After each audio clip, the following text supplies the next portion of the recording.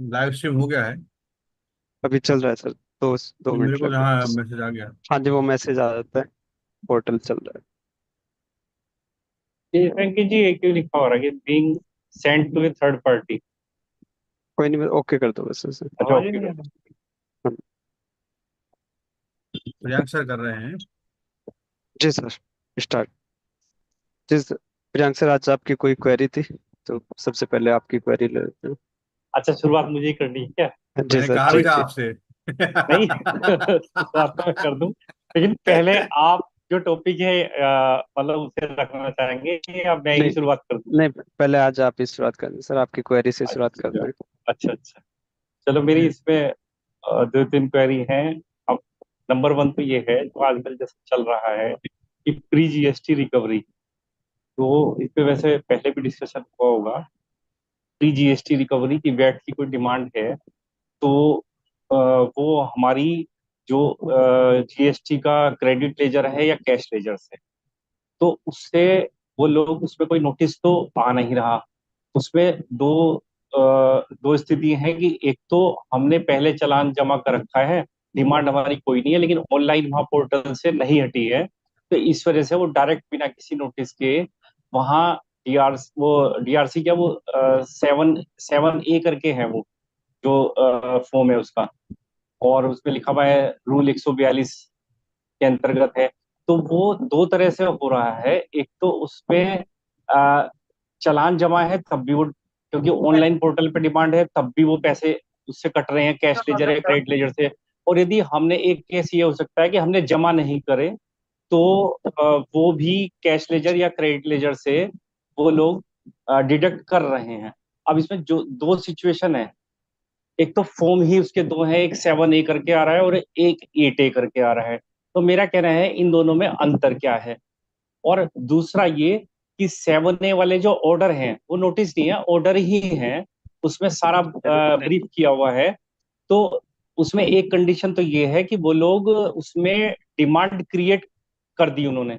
और demand create करने के बाद पहले तो मैं देखने के बाद यही सोच रहा था कि उन्होंने डिडक्ट कर लिया, फिर मैंने अपने कैश लेजर और क्रेडिट लेजर चेक किया, तो मैंने देखा कि उन्होंने एक केस में तो डिडक्ट कर लिया साथ के साथ। जैसे 19 सितंबर का नोटिस है तो ऑर्डर है, तो 19 सितंबर में ही उन्होंने क्रेडिट लेजर से डिडक्ट कर लिया। लेकिन एक केस में 19 सितंबर का ही नोटिस है, ऑर्डर है 19 सितंबर का ही, उसमें उन्होंने डिडक्ट नहीं किया, उसमें उन्होंने डिमांड क्रिएट कर दी। अब उसमें यदि 12-13 की है, 13-14 की है, 16-17 की है, वो एक भी हो सकती है, 3-4 भी हो सकती हैं। एक केस में मेरे साथ ऐसा हुआ, एक में तो डिडक्ट कर लिया, दो तीन केस में जैसे हुआ डिडक्ट कर लिया, बात खत्म हो गई उसमें। अब एक केस में ऐसा है कि 5 उन्होंने वो 7A किए हुए हैं और उन्होंने उसमें डिमांड क्रिएट कर दी, सब ऑर्डर हुए हुए हैं। जब मैंने खोल के देखा तो क्रेडिट लेजर से कोई अमाउंट डिडक्ट नहीं था। लेकिन आज की डेट में जब मैं डिमांड में जाता हूँ तो डिमांड में वो सब डिमांड खड़ी हुई हैं, और उनको यदि मैं क्लिक करता हूँ डिमांड में जाके तो वो ये कह रहे हैं कि आपका क्रेडिट लेजर और कैश लेजर वहां शो हो रहा है, तो आप उस डिमांड को उससे सेट ऑफ कर दो, तो वो आपकी डिमांड खत्म हो जाएगी। अब मेरा इसमें कहना ये है कि यदि मेरी डिमांड वाकई में है उसमें, तो मैं ठीक है, कैश लेजर है क्रेडिट लेजर से मैं मेरी इच्छा मध्य है मैं प्रदेश के अंदर। उससे अपनी डिमांड जमा कर दूं, वो डिमांड खत्म हो जाएगी। लेकिन जी। एक केस में मुझे जमा नहीं करनी है और वो डिमांड वहां खड़ी हुई है, तो मैं उस केस में क्या करूं कि मेरी डिमांड सारी जमा है, वो तो उन्होंने उसमें देखो, अभी पैसे नहीं कटे, तो मैं उसमें क्या कर सकता हूँ, मेरा कहना उस ये है। उसके लिए आपको एक लेटर लिखना है उस रिकवरी के अगेंस्ट। वो लेटर लिख के आपको अपने सेक्टर अधिकारी से मिलना है, जो आपको जमा का प्रूफ है वो उनको दिखाना है। वो उसे अपलोड करते हुए, रिप्लाई को अपलोड करते हुए आपकी डिमांड पोर्टल से हटा देंगे। मतलब वो लेटर हमें मैनुअली उन्हें देना पड़ेगा। मैनुअली। हाँ जी। और जिस केस में हमारे पैसे जमा है और उन्होंने डिडक्ट कर लिया उसमें क्या करें? वो भी सेम क्योंकि ऐसा कंडीशन वही आजकल रहेगी। ऑल ओवर यूपीए सभी के हाँ जी। साथ मैं समझता हूँ हो रहा होगा। जी जी। जी जी जी। उसमें भी, जिसमें भी आपका जमा है, चाहे वो हाँ पहले से जमा है, चाहे आपने अब जमा किया। हो सकता है आपके पास ही अमीन आया, आपने जमा कर दिया, लेकिन इन्होंने हाँ इतना उसे पोर्टल पे भी अपलोड कर दिया। तो आपको हाँ उसका रिप्लाई देना होगा, रिप्लाई के साथ अपना जमा का प्रूफ लगाना होगा। वो उसका 8A के थ्रू आपके पोर्टल से डिमांड हटा देंगे।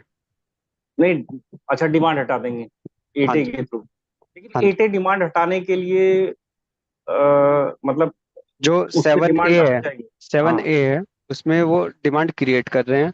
8A से डिमांड आपकी एडजस्ट हो जाएगी। आपका जो पोर्टल पे जो डिमांड आती है आउटस्टैंडिंग डिमांड, अगर 8A में उन्होंने ऑर्डर कर दिया है तो उससे फिर वो आपकी डिमांड पोर्टल से हट जाएगी। अब आप कह रहे हो कि एट ए से डिमांड हटेगी, कुछ ऑर्डर्स में तो सेवन ए में ही उन्होंने पैसा डिटेक्ट कर लिया, उन्होंने एट ए देखो, का ऑर्डर किया ही नहीं। जहाँ पे उन्होंने क्रेडिट लेजर से अमाउंट एडजस्ट कर ली है, पहले क्या कर रहे थे, हाँ एसजीएसटी में बैलेंस होना चाहिए। टैक्स में है, इंटरेस्ट में किसी का बैलेंस नहीं होगा।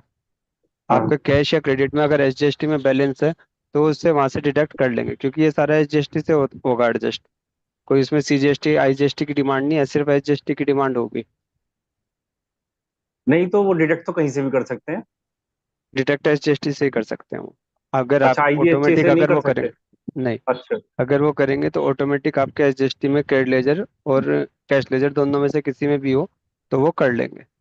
कहने का मतलब इसमें हमें लेटर ही देना पड़ेगा ताकि वो पैसा हाँ हमारा जी। जो नहीं कटा वो ना कटे, जी।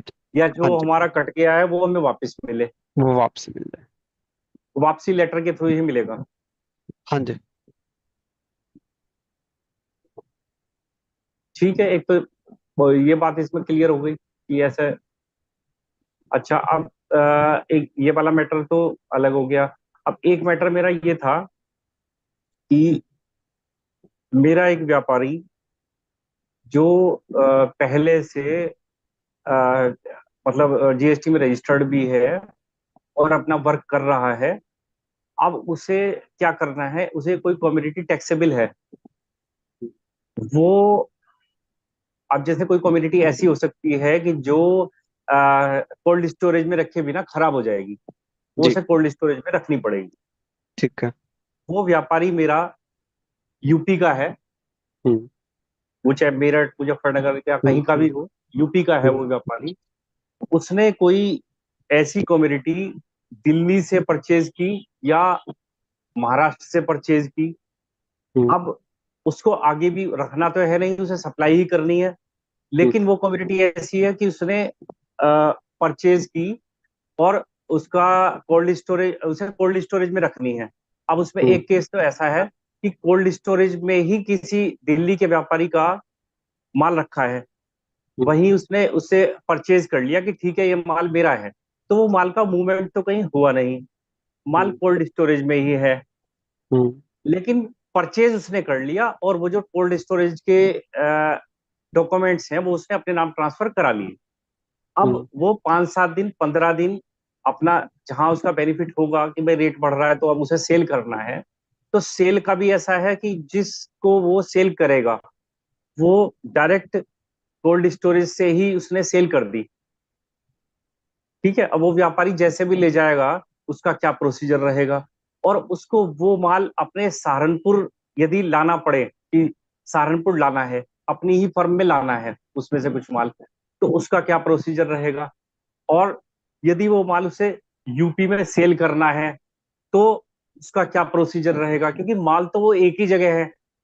वो तो जब वो सेल करेगा तो वो किस तरह से करेगा उस पर डिपेंड करेगा कि वो ई वे बिल बनाना है या चालान बनाना है या बिल बनाना है। तो थोड़ा सा इस पे मैं जानकारी चाह रहा था, और जरूरी नहीं है कि वो दिल्ली से ही माल ले। ऐसा भी हो सकता है उसने मुंबई से परचेज किया वो कम्युनिटी, और मुंबई से परचेज करके उसने उसका कोल्ड स्टोरेज मतलब वहां दिल्ली में स्टोर कर लिया उसने एक कोल्ड स्टोरेज में, तो वहां तक जी। लाएगा और उसके बाद सेल करेगा। ये 2-3 कंडीशन है इसमें। देखो सर, क्या है, ईवी बिल तो तभी बनता है जब माल का मूवमेंट हो। हाँ वही बात है कि अगर आप मूवमेंट तो है कहीं, नहीं इसमें। हाँ जी, जब भी आप कहीं से परचेज करेंगे अगर वो मूवमेंट नहीं हो रहा है तो ईवी बिल की कोई रिक्वायरमेंट नहीं है। नहीं है। जी। ठीक है। वो तो जब भी मूवमेंट होगा ईवी बिल तभी बनेगा। ई वे बिल नहीं बनेगा, लेकिन मैं हाँ क्या जी। ऐसे कोल्ड स्टोरेज में माल रखा है वो मैंने परचेज तो कर सकता हूँ ना। हाँ जी। तो मैंने परचेज कर लिया, अब वो जी। मुझे सेल करना है। और सेल एक तो कंडीशन की मुझे वो माल कर्नाटक पहुंचाना है, हाँ तो जी। मैं ई वे बिल भी बनाऊंगा, सारे डॉक्यूमेंट बनाऊंगा, और माल जी। का मूवमेंट वहां कोल्ड स्टोरेज से हुआ वो मैं बना दूंगा। जी। ठीक है, उसमें सहारनपुर डिस्पैच आएगा तो फ्रॉम आप कोल्ड स्टोर, डिस्पैच फ्रॉम दिखाओगे आप कोल्ड स्टोरेज से। हाँ कोल्ड स्टोरेज से दिखाऊंगा मैं। जी। तो अब एक कंडीशन ये भी तो हो सकती है, मैं कोल्ड स्टोरेज में ही सेल कर रहा हूँ, व्यापारी वहीं से मेरे से ले रहा है, वो अपने आप ले जाएगा जैसे भी ले जाएगा, तो उस पर हम्म। टैक्स की कंडीशन क्या होगी और उसमें बिलिंग कैसे होगी? ईबे बिल देखो, मैं बनाऊंगा या वो बनाएगा? ईवी बिल तो अगर वो खुद से लेके जा रहा है, हम्म। भाई आपको ये नहीं पता कि किस जगह उसे डिलीवरी देनी है, हाँ। तो ईवी बिल तो वो खुद ही बनाएगा। आप तो उसको बिलिंग कर दोगे, डिस्पैच भी और डिलीवरी वहीं पे दिखाते हुए कोल्ड स्टोरेज में। कोल्ड स्टोरेज में दिखाते हुए तो उसका प्लेस ऑफ सप्लाई में भी प्रॉब्लम आएगी? नहीं, जो उसका जीएसटी है वो किसी भी हम्म। स्टेट का हो सकता है, तो जो आप बिलिंग करोगे वो तो उसी स्टेट को करोगे जिस स्टेट का वो डीलर है। प्लेस ऑफ सप्लाई तो यहाँ हुआ वैसे, Delhi. Place of supply Delhi हुआ, लेकिन क्या होता है गुड्स के केसेस में प्लेस ऑफ सप्लाई वही माना जाता है जो पार्टी का जीएसटी नंबर जिस स्टेट का हो। तो वहीं का हमें बिलिंग वहीं की करनी पड़ेगी? बिलिंग वहीं की करनी पड़ेगी, डिलीवरी आप शिपिंग वहीं की दिखाओगे जिस नहीं जगह आप बिलिंग, माल नहीं छोड़ रहे हो। बिलिंग तो हमने यहाँ सेल किया तो हमें तो यहीं की बिलिंग करनी होगी ना? भाई आप यूपी के डीलर हैं आप, हाँ। आपसे कोई बॉम्बे का व्यापारी आपसे परचेज कर रहा है, माल हम्म। आपका दिल्ली है, हाँ। आप उसे डिलीवरी दिल्ली देना चाह रहे हैं कि वो अपनी मर्जी से जहां मर्जी वहां पे ले जाए। हाँ ऐसा ही आप है। आप बिलिंग करोगे बॉम्बे, उसका डिस्पैच भी दिल्ली से रहेगा और शिपिंग भी दिल्ली रहेगी। अच्छा, बिलिंग हमें वही इसके जीएसटीएन पे बॉम्बे ही करनी पड़ेगी? हाँ जी। हाँ जी। और यदि सहारनपुर लाना है, मतलब यहाँ लाना है अपना, जैसे यूपी में है हमारा, हमारा जो तो बिजनेस आप, प्लेस है यूपी में है, तो हाँ हमें जी, लाना है तो हमें चालान पे लाना पड़ेगा? अदर स्टेट से क्योंकि अदर स्टेट से चलान भी नहीं आएगा, अदर स्टेट से तो इनवॉइस के थ्रू ही आएगा। राकेश सर कैसे बताएंगे सर लाएगा? इस बारे में कुछ। राकेश गर्ग सर। ऐसा है जी। देखिए, इनको सब जितने भी एग्जाम्पल अभी लिए, अलग अलग स्पेसिफिक एग्जाम्पल का अलग अलग से ही लें आप अंतर उदाहरण। जी। जी। अब सवाल यह है कि जैसे वेयर हाउस कह लीजिए, कोल्ड स्टोरेज कह लीजिए, वेयर हाउस भी केस हो हाँ सकता है। ठीक है ना। अब जिस समय हमने परचेज किया था तो वेयर हाउस या कोल्ड स्टोरेज में माल को रखा था, हाँ जी। और परचेज तो हमारी हो चुकी है। अब न तो परचेज कर रहे, कहीं भी हमने स्टोर कराया उसको, वेयर हाउस में कराया, कोल्ड स्टोर कहीं भी कराया। जी। ठीक है ना साहब। अब सवाल ये आता है कि जब हमने स्टोर वहां करा दिया तो वहां से अगर हम अपने बिजनेस प्लेस पे ला रहे हैं तो हाँ केवल जी। उठा के ला रहे हैं वहां से, परचेज हाँ सेल जी। तो है नहीं कोई। जी। भले ही वो दिल्ली की है लेकिन परचेज तो हमारी हो चुकी पहले, वेयर हाउस में तो केवल स्टोर किया हमने उसको। लेकिन ठीक है ना साहब। अदर तो स्टेट सवाल ये होने की है वजह कि से फर्दर विदाउट इनवॉइस जी, माल आ सकता है। अच्छा डिलीवरी चालान से आएगा, परचेज तो मेरी हो चुकी।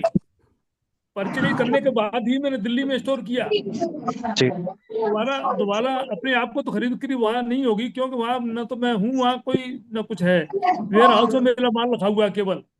जी। ठीक है ना। तो वहां से तो केवल डिलीवरी चालान से ही माल होगा, परचेज तो मेरी हो चुकी पहले ही, मैं डिक्लेयर भी कर चुका उसको। तो ई वे बिल भी बनाना पड़ेगा? ई वे बिल बन जाएगा, कोई दिक्कत नहीं। ई वे बिल में क्या दिक्कत है, ई वे बिल तो बन जाएगा। ईवे बिल तो बनेगा, ईवे बिल ई में वे तो बिल कोई तो बन दिक्कत नहीं। जाएगा, नो प्रॉब्लम। ई वे बिल तो मैं वहां से दिखाऊंगा, खुद ही अपने जनरेट करूंगा और डिस्पैच फ्रॉम जो वेयर हाउस या कोल्ड स्टोर अच्छा, वहां से दिखाऊंगा। यानी तो कि मेरा वो, डिलीवरी प्लेस अपना होगा ही होगा। यानी कि डिलीवरी चालान से लाना पड़ेगा हमें। जी और यदि बिल्कुल मैंने मुंबई बिल्कुल। में परचेज की है, महाराष्ट्र जी में मुंबई में मैंने जी परचेज की है, उसके जी बाद मुझे जी कोल्ड जी स्टोरेज में रखवाना है? जी। अब डिपेंड करता है कि बॉम्बे से आपने परचेज करने के बाद में वो कोल्ड स्टोरेज कहाँ का है। ठीक है ना, कोल्ड वहां पे स्टोरेज। डिलीवरी मिलेगी आपको वो सीधी। भाई आपका जो सप्लायर है, आपका सप्लायर है, वो आपके निर्देशानुसार उस कोल्ड स्टोर या वेयर हाउस में डिलीवरी देगा। ठीक है ना। फिर आगे क्या क्वेश्चन है? नहीं, वहां से हमें दिल्ली लाना हो?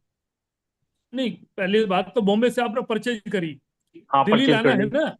हाँ, लाना है। दिल्ली हम अपना वेयर हाउस में, अपना कोल्ड स्टोर में जमा करा रहे हैं उसको, या हम किसी को डिलीवरी एज नहीं, सेल दे कोल्ड रहे स्टोरेज हैं? नहीं, एकदम से तो, कोई क्योंकि दिक्कत नहीं। कोई कोई परचेजर नहीं मिल रहा है, हमें कोल्ड स्टोरेज में रखना है।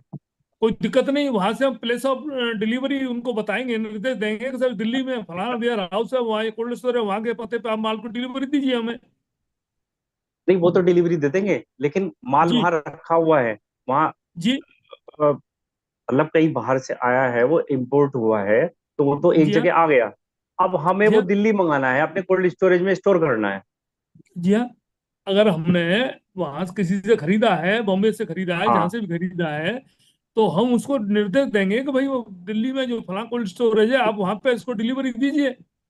और कोल्ड स्टोर वाले से कहेंगे भाई जो माल हमारा है इसको जमा करिए अपने स्टॉक में।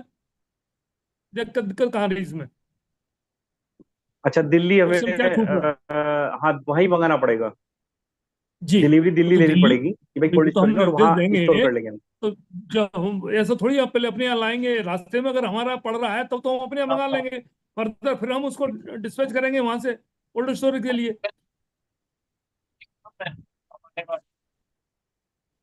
ठीक है ना? तो ठीक है अंकित सर। जी, अंकित जी जी, सर।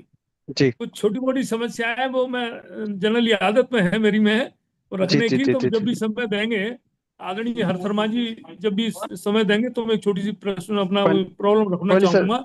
रख तो लीजिए सर, जब आप कोई नहीं। जब आप नहीं, अभी जब अभी तो पढ़ाई लिखाई की बात चल रही है, उसके बाद में जब रखेंगे टाइम देंगे मुझे तभी बोलूंगा मैं। छोटी मोटी एक ठीक आध समस्या है जो हमारी यूपी ठीक लेवल की है ठीक और ठीक हमें ठीक। रखना है। तो कमिश्नर साहब को या जहां भी हम भेजना चाहें, जी जी जी। तो उसके लिए मैं जब समय मुझे देंगे तो मैं बताऊंगा। ठीक ठीक। ठीक सर। अच्छा, अंकित जी, ये दो इसी तो इसी में एक क्वेरी हो दो रहा है, मैटर ये संजय हो गए। सर से भी, हाँ हाँ संजय सर से भी पूछते हैं। संजय हाँ। सर, माइक ओपन कर लीजिए सर। जी नमस्कार नमस्कार सर। सर। नमस्कार सर। नमस्कार। सर, अभी प्रियांक जी के क्वेश्चन से एक क्वेरी और आई है। अगर हम कहीं पे भी वेयर हाउस में कोई सामान रखते हैं तो क्या हमारे रजिस्ट्रेशन में मेंशन होना जरूरी है वेयर हाउस का, या उसके लिए कोई हमें यदि अमेंडमेंट डालना एडिशनल हो? एडिशनल यदि वो वेयर हाउस रजिस्टर्ड है या नहीं है, वेयर हाउस रजिस्टर्ड है। तो हमारा एडिशनल नहीं रजिस्टर्ड होना जरूरी नहीं। वो तो हमें वो देगा ना, उसके अगेंस्ट में सर्विसेज के अगेंस्ट में इनवॉइस जारी करेगा ना मुझको। मैं वहां पर रख रहा हूँ तो वो सर्विसेज प्रोवाइड कर रहा है ना हमें। जी क्योंकि वो तो कोल्ड स्टोरेज है ना। नहीं तो हाँ, वो कोल्ड कुछ भी स्टोरेज की है सर्विस यदि तो दे रहा है ना वो। हाँ हाँ, वो सर्विस देता है। सर्विसेज दे रहा है ना कोई जी, स्टोरेज मैटर। की, सर्विस का रजिस्ट्रेशन तो यानी स्टोरेज की है ही उसके सर्विसेज पास। दे रहा है तो मुझे वो करेगा। तो मतलब मेरे हमें वो अपना रजिस्ट्रेशन में माल, हम अपना माल वहां रख रहे हैं, हमारा कोई वेयर हाउस नहीं है, हमारा ना हमें रजिस्टर्ड में, मतलब रजिस्ट्रेशन में है, लेकिन वो तो कोल्ड स्टोरेज है, वहां रख रहे हैं, तो वहां का बिल देगा ही सर्विस का। वो मुझे बिल देगा, मेरा गुड्स स्टोरेज रख रहा है अपने पास, तो बस उसकी वो देगा मुझको सर्विसेज का। और बताएंगे। बस सर यही था कि स्टेट से बाहर जैसे वहां पे रखा हुआ है तो वहां से अगर हमारे पास माल आएगा तो क्या जी चालान के थ्रू ही आ सकता है या इनवॉइस होना जरूरी है? नहीं, वो चालान से बनाएंगे हम। इन्वर्ट का उसका वो भी बनाएंगे अपना क्या ई नाम वे है, बिल इन्वर्ट बनाएंगे। का ईवे बिल भी बनाएंगे। इनवॉइस स्टेट आएगा कहाँ से भाई साहब? स्टेट से भाई बाहर। साहब इनवॉइस इन्वॉइस आएगा नहीं कहाँ होगा, से? भाई साहब चालान बनेगा ना, वो देगा ना हमें केवल निकाल के। केवल और केवल केवल और केवल डिलीवरी चालान ही बनेगा। ठीक है डिलीवरी ना? चालान से इनवॉइस की तो बनाएगा बात ही नहीं इन्वर्ट आएगी में। कहीं से। राकेश भाई कोई साहब वेयर इन्वर्ट हाउस में ले वाला रहे हैं हमें ना थोड़ी पैसे। बेच रहा है कोई माल को। वेयर हाउस वाला थोड़ी बेच रहा है कोई। कोल्ड वाला थोड़ी यार बेच वो रहा है हमें प्रॉपर्टी तो कोई। मेरी है ना, वो वो हम गुड्स ही तो है, हमारा ही है केवल ना, वहां हमारे पे माल रखा हुआ रखा तो हुआ है सर। हम तो कॉपी परचेज लगा करके यहाँ से ले जाके जहाँ भी रखा है हमने, ठीक है ना, दो। तो डिलीवरी चालान ही जाएगा केवल। नहीं तो भाई हम साहब अपनी और फर्म दूसरा का और ही, हम अपना ही बनाएंगे ना डिलीवरी चालान। जो मेरी फर्म जी हाँ। यूपी में रजिस्टर्ड है, तो नहीं मुझे ही नहीं बनाना होगा, और मुझे ही नहीं, ई वे बिल हम बना भरना होगा। सकते हैं। मैम जी इसके लिए तो प्रियंक जी, भाई जी में वो रजिस्टर्ड वेयर हाउस है, ठीक है ना, जी वो भी जनरेट कर सकता है, नो प्रॉब्लम। और आजकल वेयर हाउस है, ये कोल्ड स्टोर रजिस्टर्ड हैं ज्यादातर, जो ऐसा काम करते हैं, मिर्च मसाले रखते हैं कोल्ड स्टोर में रखते हैं और चीजें रखते हैं, तो वो रजिस्टर्ड होते हैं ज्यादातर। वो भाई भी साहब इशू वो कर मुझे सकते हैं डिलीवरी। जी। राकेश भाई साहब, वो वेयर हाउसेस मुझे एक सर्विस की इनवॉइस देगा ना, जितने दिन उसने रखा उसकी रेंट वो के तो लिए उसकी वो हाँ, इनवॉइस अभी तो देगा सर। अपने सर्विस वो तो चार्ज रेंट रेंट की भी सर्विस इनवॉइस चार्ज देगा का देगा। देगा। बिल भी सर्विस चार्ज देगा। का तो देगा, बात और हो गुड रही है। बात हो रही है गुड्स कैसे जी आएंगी, तो वो तो अपनी गुड्स कीमत आने का के देगा लिए। केवल। वो नहीं तो तो सर वो केवल अपना कीमत का देगा, लेकिन डिलीवरी चालान देगा। अगर रजिस्टर्ड है तो वो दे देगा, दिक्कत नहीं। डिलीवरी चालान दे देगा, और गुड्स की वैल्यू या अपनी ओनरशिप के लिए हम बिल लगा सकते हैं अपना। उसके साथ जब रखवाया था वो भी बिल भी तो हमारा उसी से अटैच नहीं, होगा। वो हम भी वो रख बिल भी दें, अटैच लेकिन करना पड़ेगा, अल्टीमेटली, क्योंकि हमारा परचेज का बिल है। भाई बस जो रख रहा सपोर्टिव है वो भी डॉक्यूमेंट मान डिलीवरी के चलो। चालान तो वो भी दे सकता है, वेयर हाउस वाला कोई रोक नहीं है। नहीं, चालान तो हमें ही जनरेट करना पड़ेगा ना, अपना ई वे बिल और अपना ही डिलीवरी चालान। नहीं इंवॉइस देखिए, ये बिल चालान तो वो हमें ही भी करना पड़ेगा। वो भी वेयर हाउस वाला या कोल्ड वाला भी जारी कर सकता है डिलीवरी चालान, भाई साहब, उसमें कोई रोक थोड़ी है। वो भी कर सकता है। अपने सर्विस चार्ज के अलावा एक डिलीवरी चालान भी बनाएगा, अप्रोक्सीमेट वैल्यू का जो भी बनाया है वो हमारे लिए बनाएगा, क्यों नहीं बनाएगा। अरे प्रियांक जी, ऐसा है, ट्रांसपोर्टेशन के लिए जो 138A के अंदर दिया गया है, डॉक्यूमेंट्स जो दिए गए हैं 138 के अंदर, उसके अंदर वर्ड लिखा हुआ है बिल और चालान। जी, वो तो ई वे बिल पे भी ऑप्शन है, हाँ, डॉक्यूमेंट जो भी है। वहां पर भी टैक्स इनवॉइस और केवल चालान दोनों का ऑप्शन है। दोनों ऑप्शन। बस वही ऑप्शन है, उससे हो जाएगा। ठीक है सर, ठीक है धन्यवाद सर, आप इसके लोगों का अलावा बहुत बहुत, ये सब क्लियर करने के लिए। और ठीक है। अंकित जी, हमारे बाकी पूर्व अध्यक्ष जी बहुत अच्छे ज्ञान रखते हैं, सतीश चंद्र गुप्ता जी हैं ये सर, हमारे पूर्व अध्यक्ष। आज हम बालू में नमस्कार ही सर। बैठे हुए हैं। नमस्कार सर, नमस्कार। और स्वागत है सर। अंकित जी, एक और क्वेरी रख लूं नहीं? जी सर जी, आज एक आप ही का छोटी दिन है। सी है, ज्यादा नहीं ज्यादा छोटी सी है, ज्यादा बड़ी नहीं है। ये जो इंटरेस्ट स्कीम आई है 17, 18, 19, 18, 19, 20, 20 के लिए, जी यहाँ ये है कि हमें जो है अपील अपनी विड्रा करनी है और वो पैसा हमें मार्च 25 तक जमा करना है। हाँ जी। अब तो मेरा क्वेश्चन ये है कि 73 का जो ऑर्डर हुआ मेरा, सीटीओ और एसीओ ने किया है। ठीक है। अब उसमें एक कंडीशन तो ये है कि सीटीओ और ओसी ने एक ही पॉइंट पे किया है, हाँ जी। उसमें ये स्कीम कैसे लागू होगी? और एक कंडीशन ये है कि जो सीटीओ और एसी है उन्होंने अलग अलग पॉइंट पे अपने ऑर्डर पास किए हैं। अब उसमें जो है एक अपील तो मैंने कर दी और जो मामला छोटा था उसकी अपील मैंने की नहीं, हम्म। तो इस केस में ये इंटरेस्ट स्कीम में कोई प्रॉब्लम तो नहीं आएगी? सर देखो, सबसे पहले तो आपका पहला केस लेते हैं जहाँ पे इस एसी और सीटीओ ने अलग अलग ऑर्डर किए हैं। हाँ से अगर पॉइंट सेम है तो जो बाद में हाँ। ऑर्डर हुआ है उसमें आप 161 लगाइए, आपका ऑर्डर वहां से खत्म हो जाएगा। 161 किस बेस पे कि एसी के यहाँ से हमारा ऑर्डर हुआ है? क्या? हाँ जी, कि आपका इस बिंदु तो पे पहले एक आदेश हो चुका है जिस पे दोबारा आदेश जारी नहीं किया जा सकता, दूसरा आदेश इनवैलिड है। अंकित जी, इसमें मैं 161 में थोड़ा सा इसमें ऐड करना चाहूंगा जी कि सर जो जी। मेरा ज्यूरिडिक्शनल अफसर आता है मेरे टर्नओवर के हिसाब से, जी उसका ऑर्डर वैलिड होगा। उसके अलावा जिसने दूसरे ने किया, आइदर वो एसीओ, यदि मेरा ज्यूरिडिक्शनल अफसर प्रॉपर प्रॉपर सीटीओ है ऑफिसर तो कौन सीटीओ होगा का मेरा? ऑर्डर वैलिड होगा। मेरा प्रॉपर ऑफिसर कौन है वही वैलिड सर, रहेगा। जिसने हाँ, पहले नोटिस दे दिया, उसी का पहले ऑर्डर ऑर्डर वैलिड कर होगा। दिया, जिस पे हमने कार्रवाई कर ली, तो क्या वही वैलिड नहीं माना जाएगा? नहीं नहीं, प्रॉपर ऑफिसर नहीं, नहीं है तो नहीं ज्यूरिडिक्शनल माना अफसर जाएगा। कौन है, प्रॉपर ऑफिसर कौन है आपका टर्नओवर के हिसाब से? फिर उस साल के टर्नओवर के हिसाब से सीटीओ है, आज की टर्नओवर के हिसाब हाँ, से एसी है। नहीं तो केस किस साल का है? केस 19-20 का है। जिस साल का केस है उसका उस टाइम का कौन है प्रॉपर ऑफिसर? सीटीओ उस सीटीओ साल के तो भाई हिसाब से सीटीओ का सीटीओ ऑर्डर है, माना जाएगा वैलिड। जी, तो वही माना सीटीओ का जाएगा ना माना सर। जाएगा। एसी का जी। ऑर्डर कैश होगा। हाँ, हाँ नहीं, जी। मेरा कहना है एसी सर के कि ये जो एक में तो मैं ले रहा हूँ उसी सेम पॉइंट पे, एक में ले रहा हूँ मैं इंटरेस्ट स्कीम का बेनिफिट और दूसरे में मैं अपील में जा रहा हूँ। नहीं, अगर बिंदु अलग अलग हैं तब तो आप अलग अलग स्कीम का लाभ ले सकते हो, कोई दिक्कत नहीं है। यदि बिंदु अलग हैं तो मैं एक में अपील में गया हूँ तो वहां से हाँ अपील जी। से कराऊं, हाँ और जी। दूसरा बिंदु जो है मैंने इसलिए रोक लिया, छोटा सा मैटर है कि इसे इंटरेस्ट उसका स्कीम का बेनिफिट ले ऑर्डर लेंगे। ऑर्डर भी अलग है ना उसका तो, हाँ, लेकिन यदि सेम दूसरे पॉइंट बिंदु हो का। तो, सेम पॉइंट हो तो। सेम पॉइंट हो तो फिर आप एक बार ही तो जमा करेंगे, आप दो दो बार क्यों को जमा करेंगे? हाँ, दो दो ऑर्डर बार तो थोड़ी नहीं आप जमा एक्सेप्ट करेंगे। करेंगे।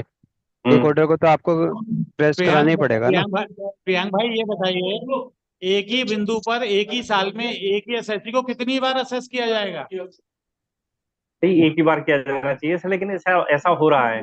नहीं सर, उसको तो नहीं फिर तो ऐसा हो रहा तो आपको ही तो उसमें एक बचाना ऑर्डर है ना। खत्म होगा ऑलरेडी सर। तो 161 में लाइबिलिटी इसका, रजिस्टर में उसके दो जगह इलेक्ट्रॉनिक लाइबिलिटी दो बार थोड़ी ना निकलेगी उसकी, एक ही तो नहीं निकलेगी। लेकिन, नहीं हो तो रहा है ना सर, ऐसा ऐसा हो तो रहा है। नहीं हो रहा तो इसमें से एक ऑर्डर के अगेंस्ट में 161 लगाइए ना आप। 161। हाँ ये बात ठीक है कि 161 इस पे लग सकता है।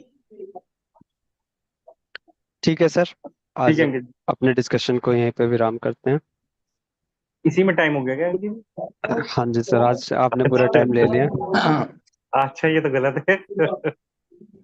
कोई नहीं सर, मुझे पता मैं नहीं था, शैलेश टाइम तो सर पता से नहीं चला। रिक्वेस्ट करूंगा सर कि आज के हमारे सरस्वती पुत्र श्री मुख्य वक्ता श्री प्रांजल शुक्ला जी आ चुके हैं, तो उनका परिचय दें। थैंक यू नमस्कार सभी को। जब पिछली बार प्रांजल शुक्ला जी हमारे बीच आए थे तो किसी कॉटेज में बैठे हुए थे और शायद पानी गिर रहा था उस समय। और आज जो हमारे बीच में आए हैं तो वह खुले आसमान के नीचे नैनीताल में बैठे हुए हैं। तो बीच में हमारी एक मुलाकात फिजिकली हुई थी जब ये चित्रकूट में थे। तो तीनों बार अलग अलग जगह पर मुलाकात हो रही है। तो आज हमारे 247 वेबिनार में हमारे छोटे भाई प्रांजल जी का बहुत बहुत स्वागत है। और बहुत सारे नए लोग आज जुड़े हुए हैं, हालांकि संख्या आज काफ़ी कम है, लेकिन परिचय देना हमारा सभी को जरूरी है। तो जो व्यक्ति नए हैं वो आपके बारे में जाने और उनको आपके विषय में बताने में मुझे बड़ा अच्छा लगेगा। आप वर्तमान में प्रत्यक्ष अप्रत्यक्ष करों, वाणिज्य कानून, आपराधिक कानून और ट्रस्ट मामलों के एक वकील के रूप में काम कर रहे हैं। आपका जो मुख्य कार्यस्थल है इलाहाबाद है, और इसके अलावा पूरे भारत में आपकी शाखाएं और आपके एसोसिएट्स वहाँ बैठते हैं।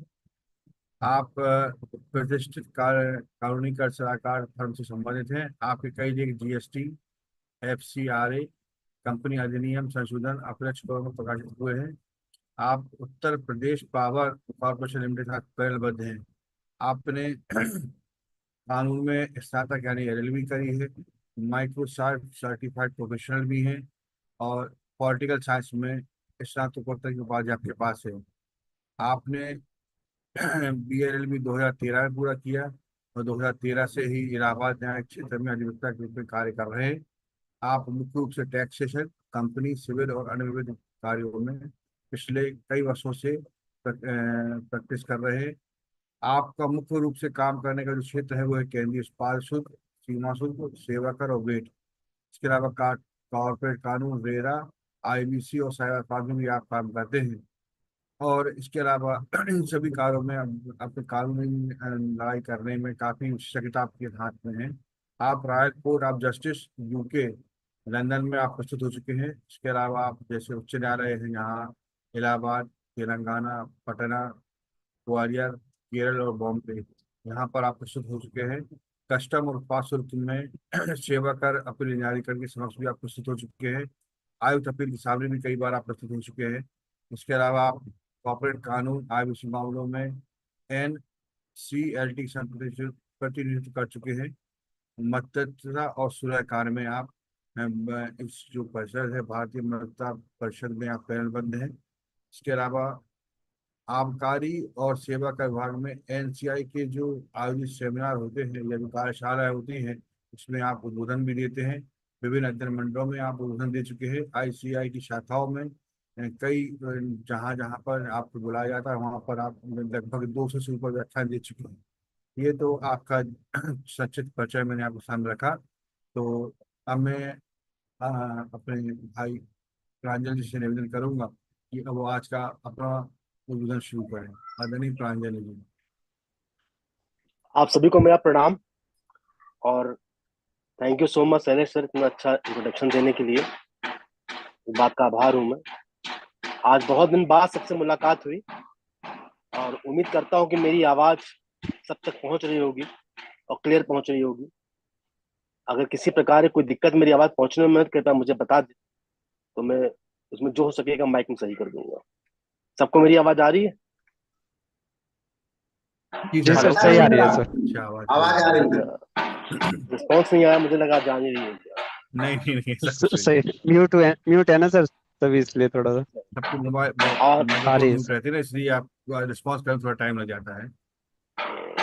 आज बहुत दिन बाद मेरी उपकाश में सबके साथ मुलाकात हुई और मुझे लगता है कि उपकाश वेबिनार जो है एक जरिया है पढ़ाई लिखाई का, उसके साथ साथ एक राउंड टेबल कन्वर्सेशन का एक जरिया है, जहां हम सब मिल बैठ के आपस में बातें करके और जो जो प्रॉब्लम्स होती हैं उनको हम सॉल्व करते हैं। उसमें सबसे बड़ा योगदान अंकित जी का होता है, कि जो कि हर सेमिनार में, हर वेबिनार में पहला सेशन लेते हैं और जो ब्रूट लेवल, ग्राउंड लेवल की दिक्कतें होती है उसको वो सॉल्व करते हैं। तो आज जो मेरा टॉपिक है वो टॉपिक थोड़ा सा अलग है। आज मैंने कोई सेक्शन नहीं उठाया, कोई रूल नहीं उठाया, कोई एक्ट नहीं उठाया, मैंने कुछ नहीं उठाया, क्योंकि मेरे पास जब केसेस आते हैं और फोन आते हैं तो सबसे बड़ी प्रॉब्लम जो होती है वो ग्राउंड लेवल रियलिटीज की होती है। उसमें कई लोग कहते हैं कि डिले हो गया है इसमें, अब मैं कैसे करूं, हमारा टाइम बार्ड हो गया है, अपील कैसे करूं, हम 6 महीना बीत गया है। कुछ लोग कहते हैं कि इसमें हमने ग्राउंड नहीं लिया था, अब वो रास्ता क्या बचा हुआ है। कुछ लोग कहते हैं कि हमने गलती से आईटीसी अवेल गलत कर लिया, हमने कहीं और करना चाहिए था, वो कर लिया, कोई कॉलम में हमने गलत भर दिया। तो आज जो मतलब बेसिक लेवल के जो समस्याएं हैं उन पे हम चर्चा करेंगे, ताकि ग्राउंड लेवल पे आपको अपील पे, एडजुडिकेशन लेवल पे और अपने अथॉरिटी लेवल पे जो दिक्कतें हैं उसको मैं कोशिश करूंगा कैसे कैसे आपका वो ग्राउंड मजबूत करूं और उसको प्रॉब्लम सॉल्व करने की कोशिश करूं। तो आज सबसे बड़ी समस्या मुझे लगता है सबके साथ है, वो है डिले, अगर मैं गलत नहीं हूं तो।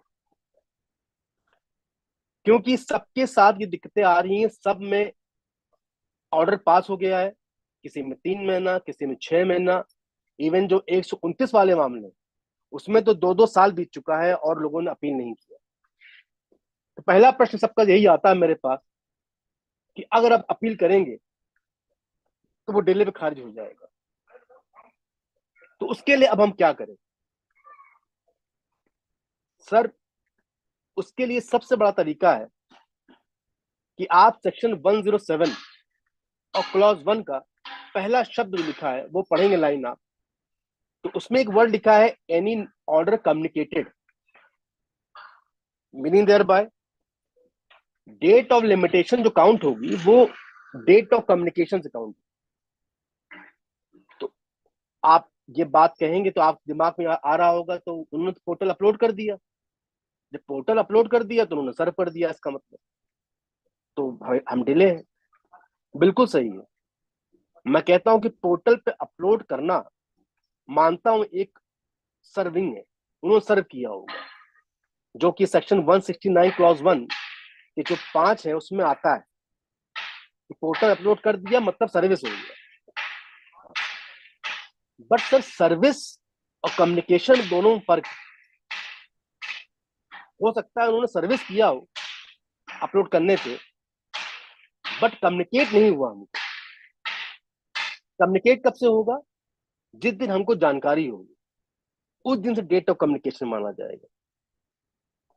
तो डेट ऑफ कम्युनिकेशन आप कभी भी अपील फाइल करें, कभी भी फाइल करें, आपने मान लीजिए नजरअंदाज हो गया, क्लाइंट से या आपसे ऑर्डर नहीं देखा, तो मतलब कम्युनिकेशन नहीं है सर।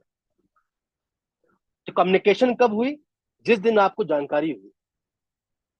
इसके लिए सीधा लिंक करूंगा मैं सेक्शन 169 क्लॉज 2 को।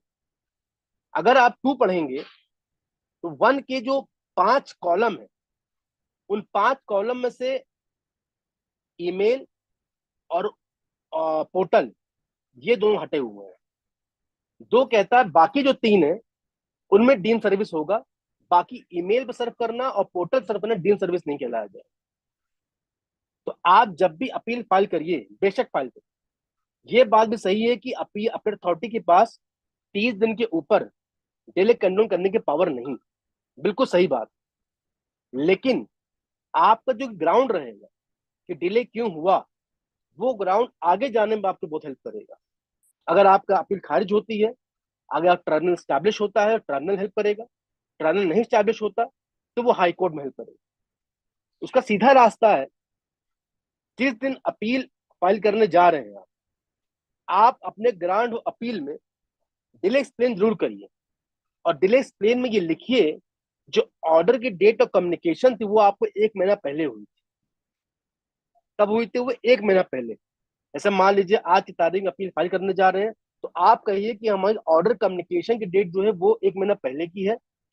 इस हिसाब से सेक्शन 169 क्लॉज के हिसाब से हम विद इन लिमिटेशन आते हैं और हमारा टाइम बार्ड नहीं है।